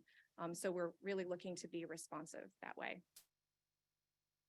And this is just, I just dropped this in here because I think if you can read this, Chicago and Miami are the only two cities in the country where congestion got a lot worse since before the pandemic. And I think in a lot of ways, that's because it's easy to drive. I mean, one of the things that really frustrated me working on Onto 2050 was some great work that CMAP did and Martin Menninger and his colleagues did about what gets people on transit, right? What causes mode shift. And I do think in some situations where you have a lot of slow zones, if you invest some resources there in capital projects, you can get some better ridership. But a lot of it was driven based on the cost differential between sort of driving and transit. And because driving is so convenient, right? In so many cases, if it doesn't cost more, or if you're not dealing with congestion, what is really going to incentivize you to get on a train or a bus? Maybe you like to read a book and maybe that's the reason, but I think in large part, having to make driving more expensive. And so back to this tollway point, it's a really good one in terms of like, you know, thinking about your constituency and how to protect that constituency. I was just double checking fares. So our, you know, because I don't have to pay fares as the CTA, you should all come work for CTA because I actually can get rides and now on Metro too, which is awesome. So so we're the worst people to ask about how much fares cost. Our monthly pass was reduced. It's now $75 a month. And if you take that across a year, it's like $900. So it's not cheap to ride CTA either. And so to think about being competitive with auto in terms of costs and that trade-off, you know, that's something to think about. I think reduced fare is $35 a month. And so you're still talking about $420 a year just in transit fares. Anyway, we can keep moving. We asked our customers, again, I'm sorry this is hard to read sitting here, but what you're seeing here is on the left is all of the customer responses. In the middle is frequent riders, and on the right is infrequent riders. And so we like to look and see, a lot of what we're doing now too is kind of parsing information on our customers based on segment. And so our innovation group is actually doing a lot of look at how to serve different segments of our customers and what they're telling us. But mostly, I think our customers want to see more frequency. And they said more frequency during the weekdays as well. They want to see our real-time trackers be more accurate. And so we've been working on that on two fronts. And then they want to see our buses be faster and more reliable. So in addition to frequency, they want to see once they get on there, they want to see them move faster, and they also want to see that reliability. I know I can depend upon it if I walk out the door. But on the other side, the infrequent riders, sorry, Lindsay. Infrequent riders were actually more concerned about personal security. And I think that makes sense, right? If you have less experience of it and what you're doing is hearing a lot from media, you're going to be really influenced by that. And that's going to really drive that. And maybe some of the reason that they are infrequent is because of those concerns. So that was kind of how that shook out, which was interesting. Certainly making sure that our riders are safe and secure is critical for us. I think it was Eric that mentioned this. Yeah, go ahead. We're good. I'll try to pause in between. Okay.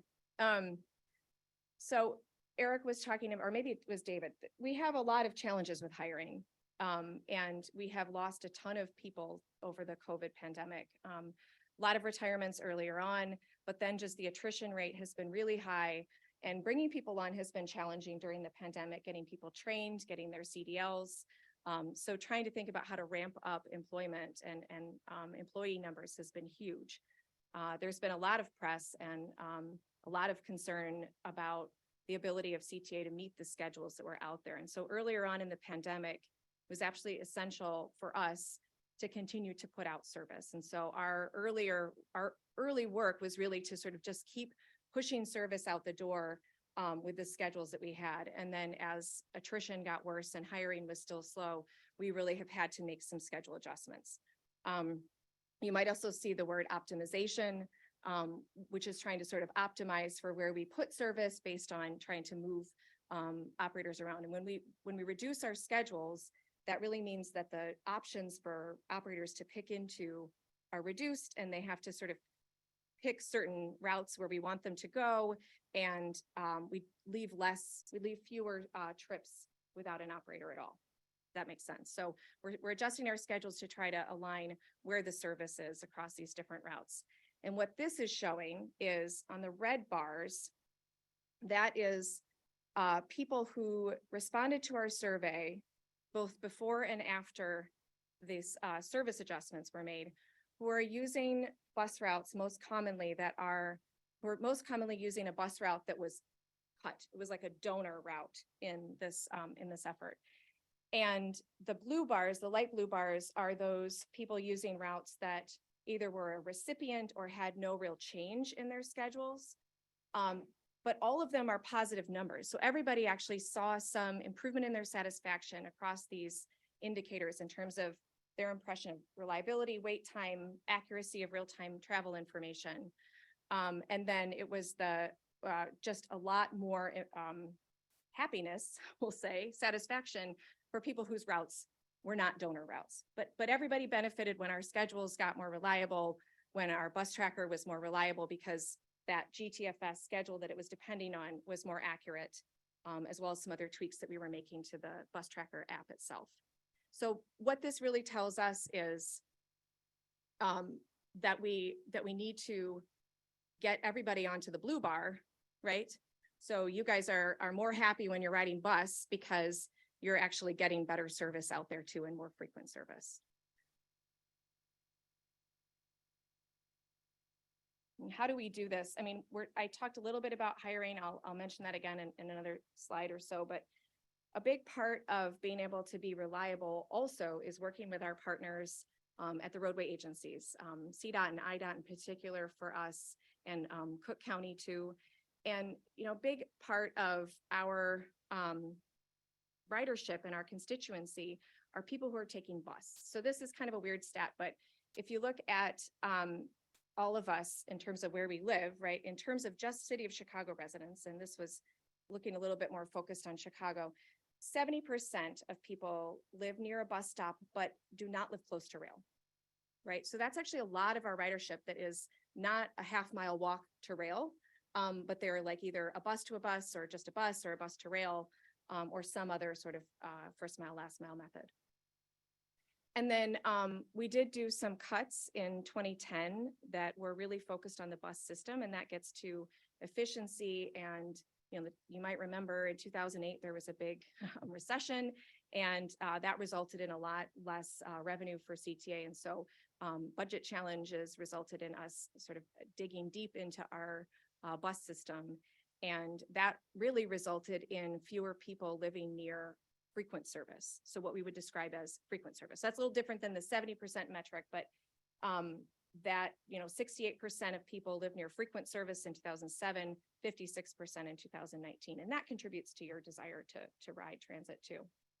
Bus speeds have gotten slower overall. So that little squiggly line at the top is, you know, sort of over time, we've lost some of our ability to move buses quickly. That actually does too. I mean, first of all, your experience on the bus is not going to be as good, but also frequency is more expensive because it takes longer to then go have to turn that bus around. When the bus is slower, the headway is spread. So if you want to have more frequent service, you have to add more buses, which adds to cost. And then it also limits where you can get within one route because you're just not going as fast. So it limits our geographical reach. What are we doing to address this? We actually have a number of things going on right now. One of the things that I think you'll see really soon, hopefully, is the Better Streets for Buses plan. We've been working on that for a while now with a group of stakeholders, with CDOT, and that's articulating really a network of corridors that will be considered priority for bus. What does that mean? It means that they would likely be appropriate for putting some type of treatments on there that are for bus priority. So we have a toolbox of treatments that we're also putting into that plan. This plan itself isn't assigning the treatments to the corridor. That requires a more detailed corridor study, which we also hope to do and have asked for some money from various grant programs to be able to do that next step. Bus priority zones is looking at already at sort of more focused areas where we know we have pinch points. And so working with our DOTs to figure out ways to make the street more just easier for us to move through by resolving some of those pinch points. And sometimes that's even pretty long stretches of bus lane, like you'll see on Chicago or even 79th, some of our stronger routes. We've been working with PACE on projects like the South Halstead Bus Improvements Program. And so that was a great, has been and is still a good collaboration. There's a Pulse route that will be going in there. That's one of PACE's strongest routes, the number 352. And we also serve there, and we looked a lot at sort of service overlap and whether that was appropriate or not, and whether we were delivering the right mix of services. So that was a good exercise too.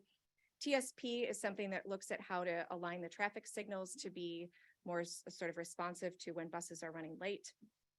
And then we're also looking at how to electrify the rest of our fleet. So our rail cars are fully electric, and our bus fleet, we're working on, we have issued a plan, it's called Charging Forward, but that really looks at how to make our system fully ready to electrify. And a lot of it depends back on investing in those facilities.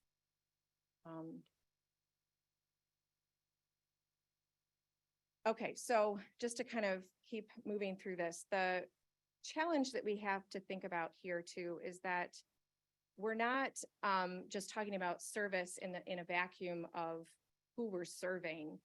One of the challenges that Chicago has is, segregation across our city, and that has really impacted, where people have invested, especially even sort of private investment.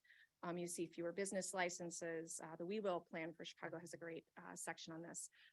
Fewer business licenses and less jobs in areas of the south and west sides. And in particular, you'll see here in these two maps, and this is some analysis that we've been doing on our bus system, but this is really about all CTA service. If you look at where you can get in 45 minutes, the one on the left shows the concentration of how many places you can reach, right? Or how far you can get.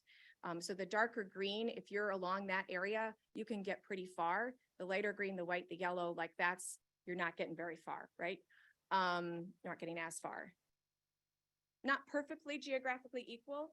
If you live on the O'Hare branch, you're clearly doing really well in terms of where you can get and access, but geographically you're serving sort of the radial network of rail especially, and then some of our high frequency bus networks are popping in there.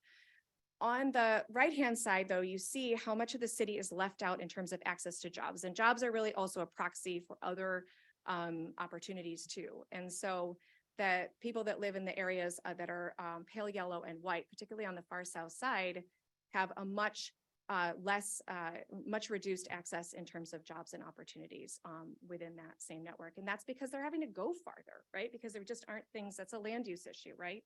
As much as anything. So thinking about how this was sort of I think this is a great map to talk about Red Line Extension and why that's important. It's about getting people faster to those job opportunities that are farther away. It's also about creating an impetus for land use changes. And the other thing I would say here too is that the time of the day and day of week also matters. So if you have low evening and weekend frequency, you are also impacting when people are going to, how desirable the system is at that point.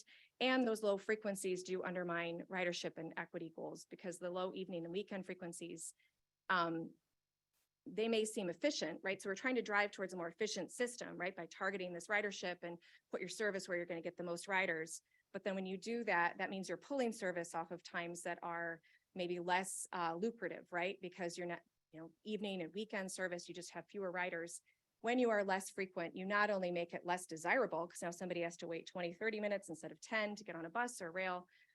You're also making it harder for people who have jobs that are like for different shift work. I think Eric mentioned that in terms of some of the work that they're doing to make sure that people have access to reliable transit for, irregular service work or irregular work times or non-standard work times, I guess.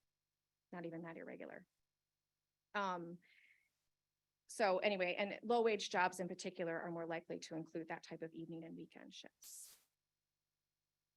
And I guess just one of the things that I would like to draw your attention to is just some of the work that we've been doing on meeting the moment, which has been our sort of response to the pandemic and what to do about, sort of the situation within which we find ourselves. We have 5 key pillars of focus area.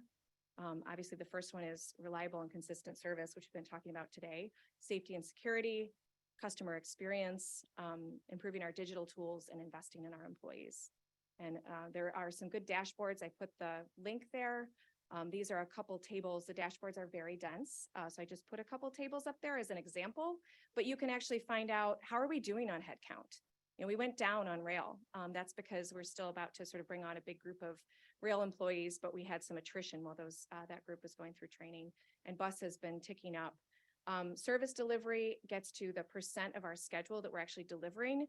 Reducing our schedules helps us meet that goal better, but so does hiring more operators. And then big gaps is something different, which is where you might be dropping runs, and so you have bigger gaps between your buses, and that gets to reliability.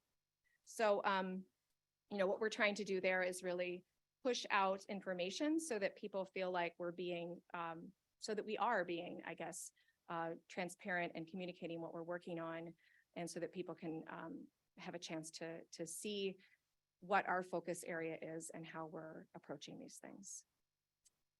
I'm happy to answer questions. I think that's it. Talk for a while now. Was that 45 minutes? Just kidding. All right, any questions for Leah before we turn it back over to Laura? No questions. I think you're good. Yeah. All right, so again, thank you to service boards for talking about how they're responding to new travel needs. As again, you can understand there's a lot of different work that's going into not only our analysis and research, but also to how we're working with service boards. So we will be sharing white papers, other recorded presentations, et cetera, as we move forward. So just kind of thinking about how we have the next few months to complete this is that the next phase is that at the MPO Policy Committee on June 8th, we'll be going through almost all of these topics that we've been sharing with you to make sure that that's communicated at the policy committee level as well. In our July meeting in here, we'll go to the next level of funding and governance alternatives in that space. And then in our September meeting, we'll go through all the draft recommendations again, as we look towards an October approval. And again, happy to talk to people in between all of these meetings, and we will be setting up one-on-one meetings as well. Happy to take any questions, otherwise we'll move on. Great, thanks, Laura. Any questions from the group? I have one quick question just to kind of level set. What's the, I guess, the role of TC? My recollection is that we provide feedback and informational. We are not approving anything. Approvals happen at MPO or maybe the board too, or can you remind us of that, Laura? Yeah, absolutely. We wanted to make sure that we were sharing all of this with and get with this with TC and all of you and getting your input. By the legislation, it asks for the MPO Policy Committee to approve. So that is where the approval happened to meet the legislative mandate. We're also bringing this in front of our board as we've made that choice to do that. So we are not looking for a vote here at TC, but we want to make sure we gather all of your input and information as we move forward. Great. Thank you for that clarification. Sure. And then Kevin, Laura, can I there's- just make? oh yeah, sorry, Amy, go ahead. The other part, right, of including TC in these discussions is really trying to tease out the questions that are presented as hurdles to talking about additional funding for transit. And so you heard the service boards present today. They also presented last meeting. The two questions that came up quite frequently were what are the cost efficiencies that the service boards are trying to achieve? They spoke to that last time. Today, the question that they were really responding to is transit really just trying to go back to pre-pandemic methods? And clearly no, right? Today they had extensive presentations on how they're hoping to innovate, the challenges that they face with an evolving market. And so hopefully you've had a lot of those questions answered today. But if there are other questions and you feel like we need to explore that more in this forum, please ask those questions now. And I will also add, because I want to make sure that everybody will get a copy of this presentation as well. Doug will send out the full presentation. Great. Well, thank you, Laura, David, Eric, and Leah. Appreciate the presentations and the information. Moving along to item 6, legislative update. We have John Carpenter today with us. Good morning.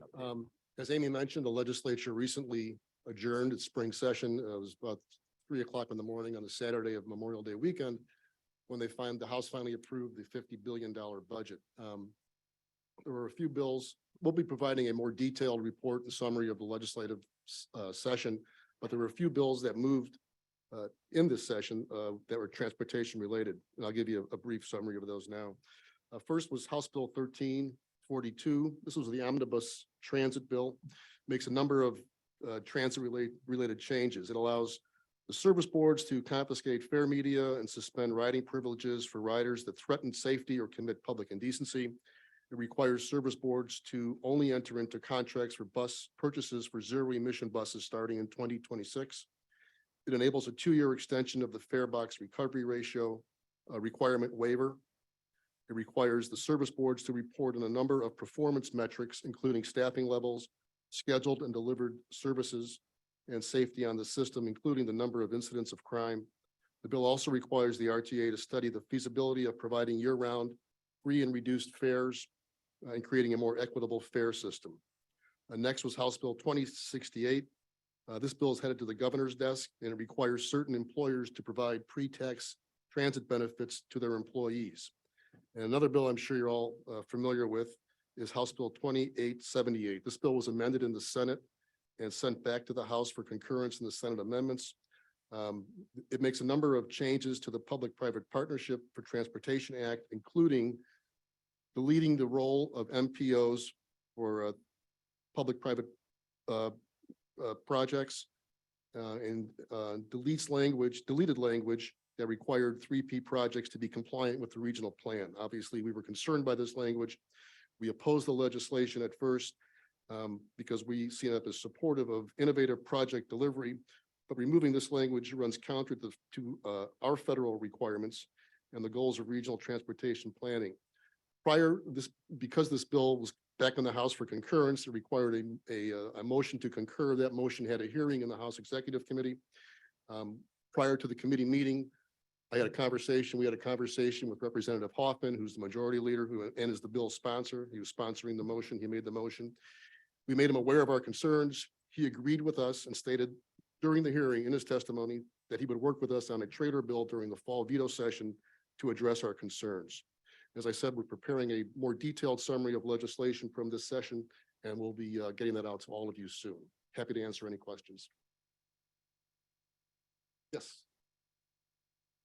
We had the same concerns about House Bill 2878, so I'm glad that you were working on that. It seemed to us that was happening simultaneously with HJR 23, which was about I-55.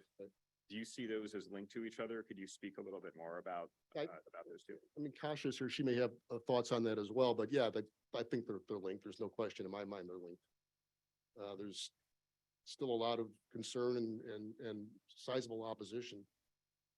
But again, as the Senate President explained, this is not a mandate, it's permissive. So it's going to have to move through the regular course. Kasha, any thoughts?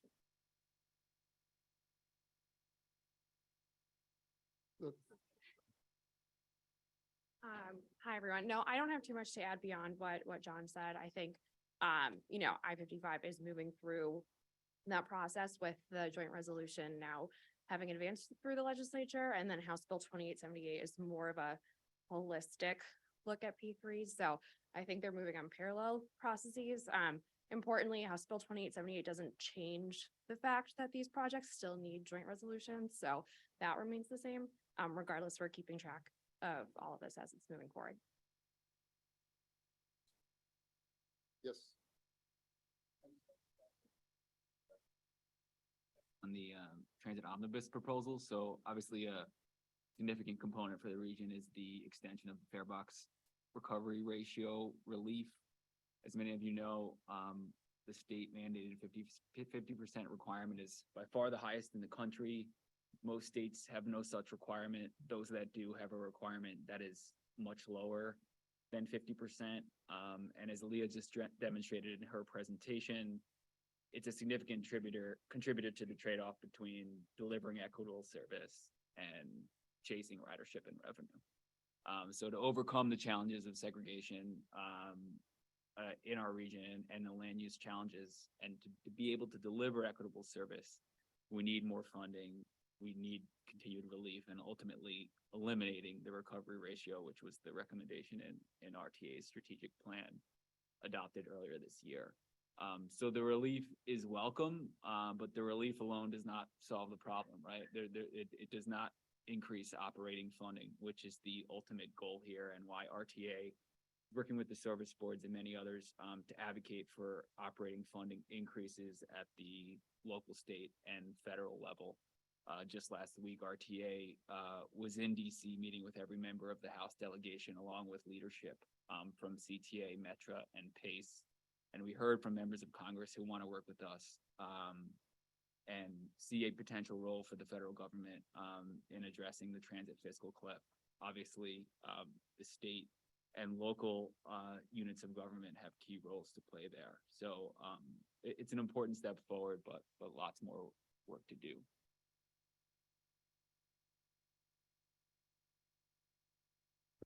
I wanted to revisit I-55. Just, I know you acknowledged, that there was a lot of opposition to that resolution, which authorizes IDOT to enter into P3 agreement to build that project as a managed lane project. there was extensive opposition by environmental justice communities in the environmental community and advocates in this room. Can CMAP tell us what the procedure would be? I know that's in the long range plan. That project is in CMAP's long range plan. What would be the procedure to remove that project from CMAP's long range plan? It's above my pay grade. Amy, thoughts? I'm new, right? But I envision that that is really part of the next update of the long range plan for the 2060 plan update. It represents I-55. It does jibe with a lot of the principles that were adopted as part of 2050. Again, a regional consensus document. And so we would undertake a similar process again for 2060.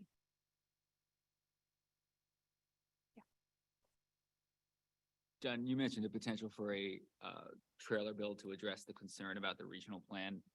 I'm curious if you see a potential role for this committee and even more critically, some of the advocates and community leaders who raise concerns about that component in terms of contributing to that process for advocating for a trailer bill and making sure that happens and Well, we will. providing input on what that looks like. Well, our first option, our first choice would be just to reinstate the language that was deleted, which reinstates the role of MPO and the 3P planning process. And puts back the language that says these projects have to be in compliance with the regional plan. Beyond that, I don't know that there's anything else that we would be pushing for. And the agreement that we have with the sponsor is along those lines, that he didn't realize that what they were doing was in conflict with federal law and that we are federally mandated to be involved in this project. And he agreed to put that language back in more or less. I'm not sure that it's going to be word for word, but that's the point. Totally understand that. I would just say, I think that there's many members of this committee and broader region who have an interest in this project and in this bill. So if there is any ability to contribute ideas and feedback. I don't think the agreement that we have with them, it contemplates going broader than reinstating the language. Yeah, we took a look at that also, and we noticed that there was also language in the bill that basically said that all federal requirements must still be met. And so the group should find some comfort in the fact that we looked at it and, stressing MPOs, may be a good thing that the legislature wants to do. But it could also be viewed that that language was actually not necessary because there was other more general language saying that all of the compliance requirements had to be met. So we don't foresee any changes. as a result of it. We agree. It was a very confusing piece of legislation. The amendments were all over the place. We were troubled by the fact that the specific reference to MPOs was deleted. That's caused us the most concern. And while we agree that there was language that's confusing because it does say in other parts of the legislation that all federal requirements must be met, there's a conflict right then and there, right there. So we were much more comfortable putting the language relating to MPOs back into the bill, and they agreed.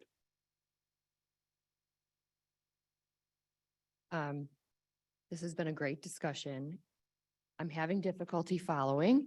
So for those of us that are new or don't follow legislation as closely, or I noticed in the chat that your blog, Kyle, was posted to the chat. Can you recap for us what's happening with 2878?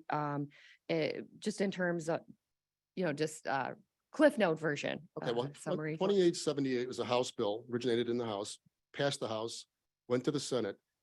And so the content of the legislation at that point isn't nearly as important as the amendment that took place in the Senate. Senate Amendment number 2 is what was adopted to this House bill in the Senate by the Senate that relates to the conversation we're having right now. Because it was a House bill, originated in the House, went to the Senate, was amended in the Senate, because both chambers are required to pass identical versions of the legislation, it had to go back to the House for concurrence in the Senate amendment. The House has to concur and agree to the Senate amendment.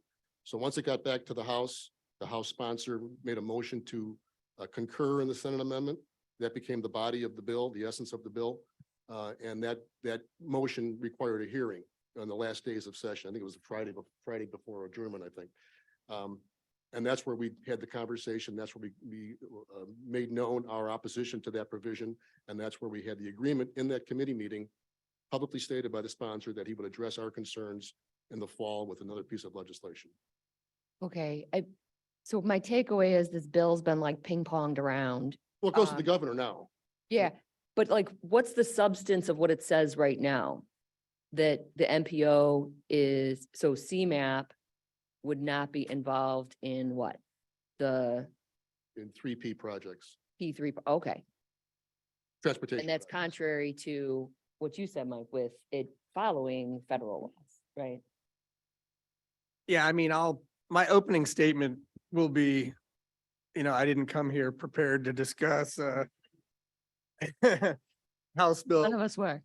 2878, but the main purpose of the legislation is to create the ability for the state, and I believe others, to enter into public-private partnerships. And this might also be the one that establishes like some additional contracting capabilities like design, build, and CMGC, construction manager, general contractor, which can be discussed at another time. But the language in the bill, and we like the bill, we've been trying to get it through for a long time. And we also noticed the MPO language got pulled, and we're aware of it by the time I think some stuff circulated to me and had checked into that issue with pulling the MPO language.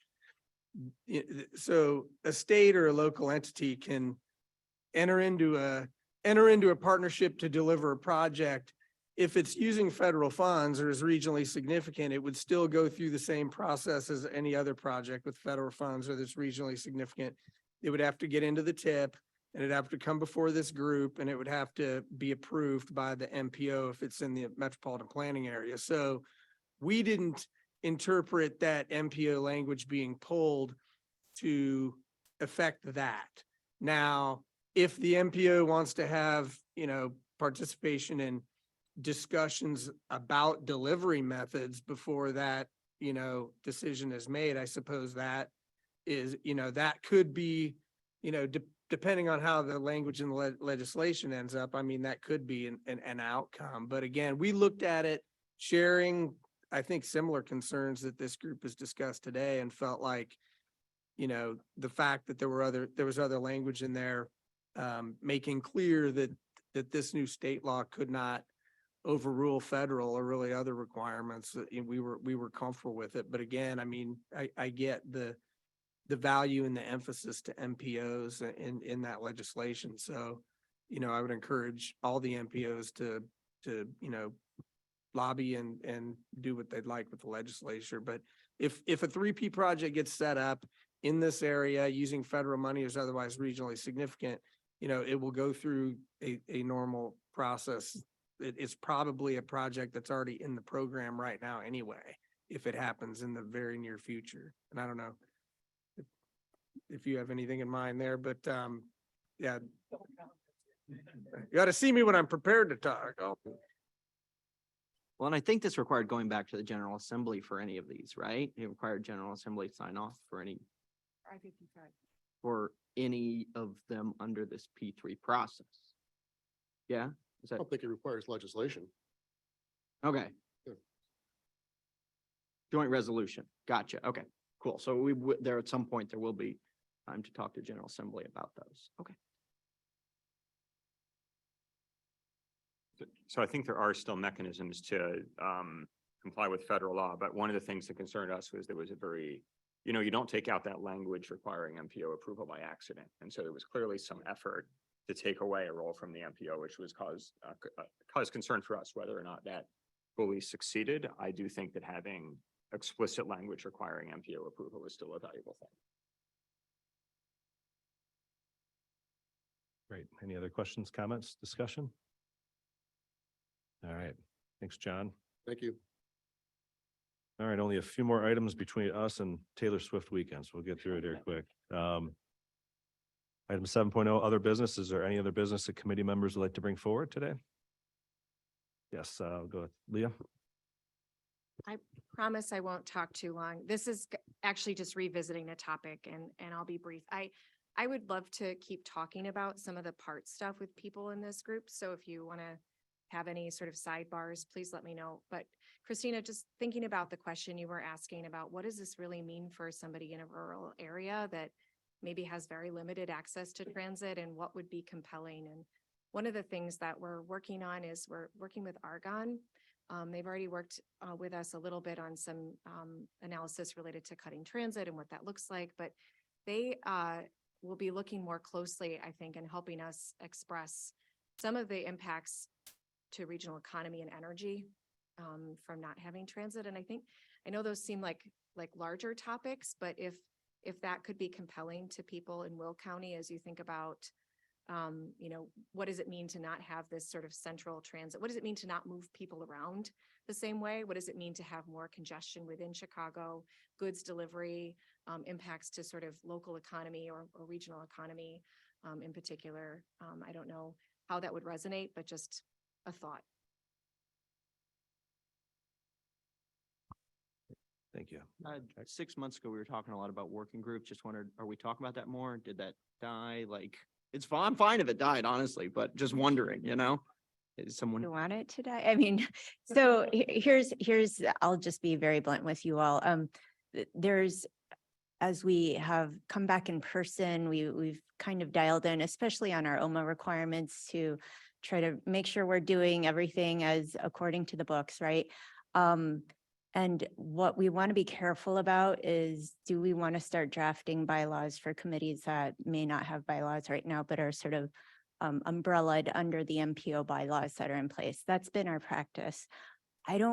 Given some of the big regional issues that we're trying to tackle this year and even into next year, I just don't want the business of this committee caught up with that stuff when we have these big pressing issues that we really need to commit our time to. So what we are doing, at least with UWP, is that some of you may know, we have a lot of staff working on developing a UWP program that's a lot more what everyone is used to with CMAP, a very predictable, consistent, sort of competitive process for UWP funding, so that it's a little more predictable, so you can line up what your needs are for that funding, and developing some guidelines around how we're going to operate as a committee. Hopefully, those guidelines will be very akin to future bylaws. And once we sort of live that out a few cycles, everybody will have more confidence in drafting bylaws and presenting them for approval. But I just don't want that work to distract us from some of the bigger policy questions that are before us right now. All right, any other business? Seeing and hearing none, moving along to public comments. We'll do this in two parts. We'll start off by in-person audience comments. Is there anyone from the audience today that would like to make a public comment? Seeing none, moving online. So if you're online, you'd like to make a public comment, please notify staff by using the raise hand function, and then wait for staff to identify you before addressing or making your comment.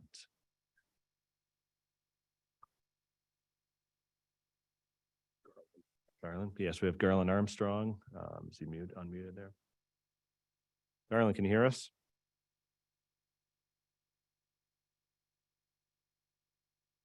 Yes, can you hear me? Yes, we can now. Thank you, Garland. How's it going? Hi, how you doing? This is Garland Armstrong, formerly of Des Plaines, Illinois, now living in Des Moines, Iowa.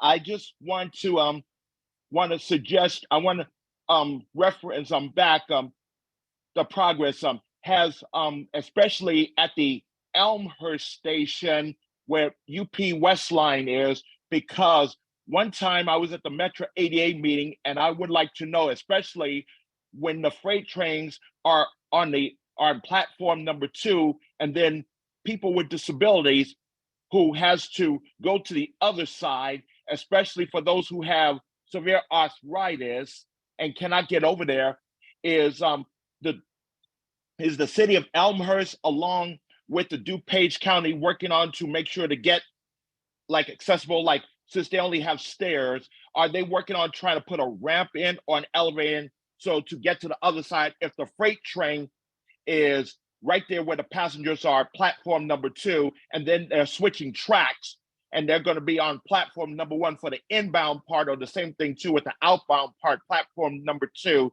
Will they be able to have either a ramp or an elevator to know which section their train is going to be at, because there are some in DuPage County don't have that, like at not only Elmhurst, but also at Villa Park, even at Glen Ellen, or even at Wheaton or Winfield. And I would like to know, will they be able to put either a ramp or an elevator in so that people with special needs who needs to get on the train and don't have to wait an hour or two, because sometimes down the road, they probably said, where is either a ramp or an elevator, so that in the DuPage County area, so that especially for Metro, so people will know which side the train is going to be on so they can start boarding it, or they're going to switch tracks so that they can get the heads up on it. So is there any backup plan for that down the road so people can be extremely well prepared for it, because sometimes need an update on it, because sometimes in DuPage County, there's no response from it at all. And also too, what Liam Mooney says about the CTA safety, I agree, because there are sometimes there's not enough, especially if there are people who are boarding on there, and if they're wearing ski masks and trying not to be identified, and you have surveillance cameras on the trains, but how do you know that person who is robbing someone, and if they're wearing a ski mask, how do we know to identify and what evidence is to find out who it is? Like having like a forensics to find out the fingerprints on who the person is to make sure it's a match. So that's what I'm concerning about that.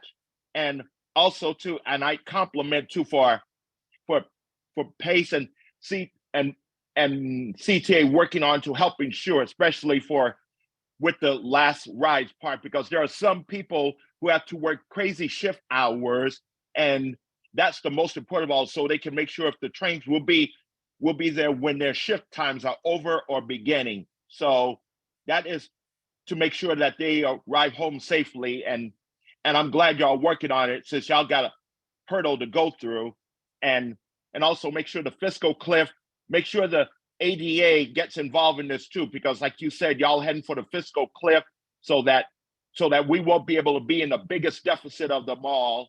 And also make sure, check other cities and states to make sure if they're in that same area too. So that is my suggestion. And one last thing, I just want to give you the heads up, since y'all want to know, 11 more days counting down. Me and my wife is coming back to the Chicagoland area on June 13th as vacation visitors, and we will be leaving on June 22nd. But it's going to be so emotional to be back in the Chicagoland area. It's been 2 years since we left, but we'll be coming back. It'll be so emotional to see new faces and current ones. So I just want y'all to know, mark your calendar, June 13th, me and Heather will be back in the Chicagoland area. And I'll be glad to answer any questions or comments from the committees or the staff over there. Great. Thank you, Garland. I appreciate the comments. We certainly have them jotted down here, and we'll document those and get back to you on anything that we can. And looking forward to you coming back. We got it on the calendars here, and I hope you guys have a good trip and in good weather and have some good plans. So appreciate that, Garland. Thanks. All right. Anyone else online? All right, next meeting, item 9.0, next meeting will be July 28th, 2023. Moving on to item 10, adjournment. Real quick, just a reminder, if you haven't already, for committee members and audience, if you can sign the sign-in sheet, just to kind of note that you've been here. It's over by the welcome table and you walked in. So if we don't have any other business in front of us, do I have a motion to adjourn? All right, we got Jackie on the motion, even for a second. Perfect, got a second. All those in favor? Aye. Any opposed? Awesome. Meeting adjourned. Thank you, everyone. Thanks all.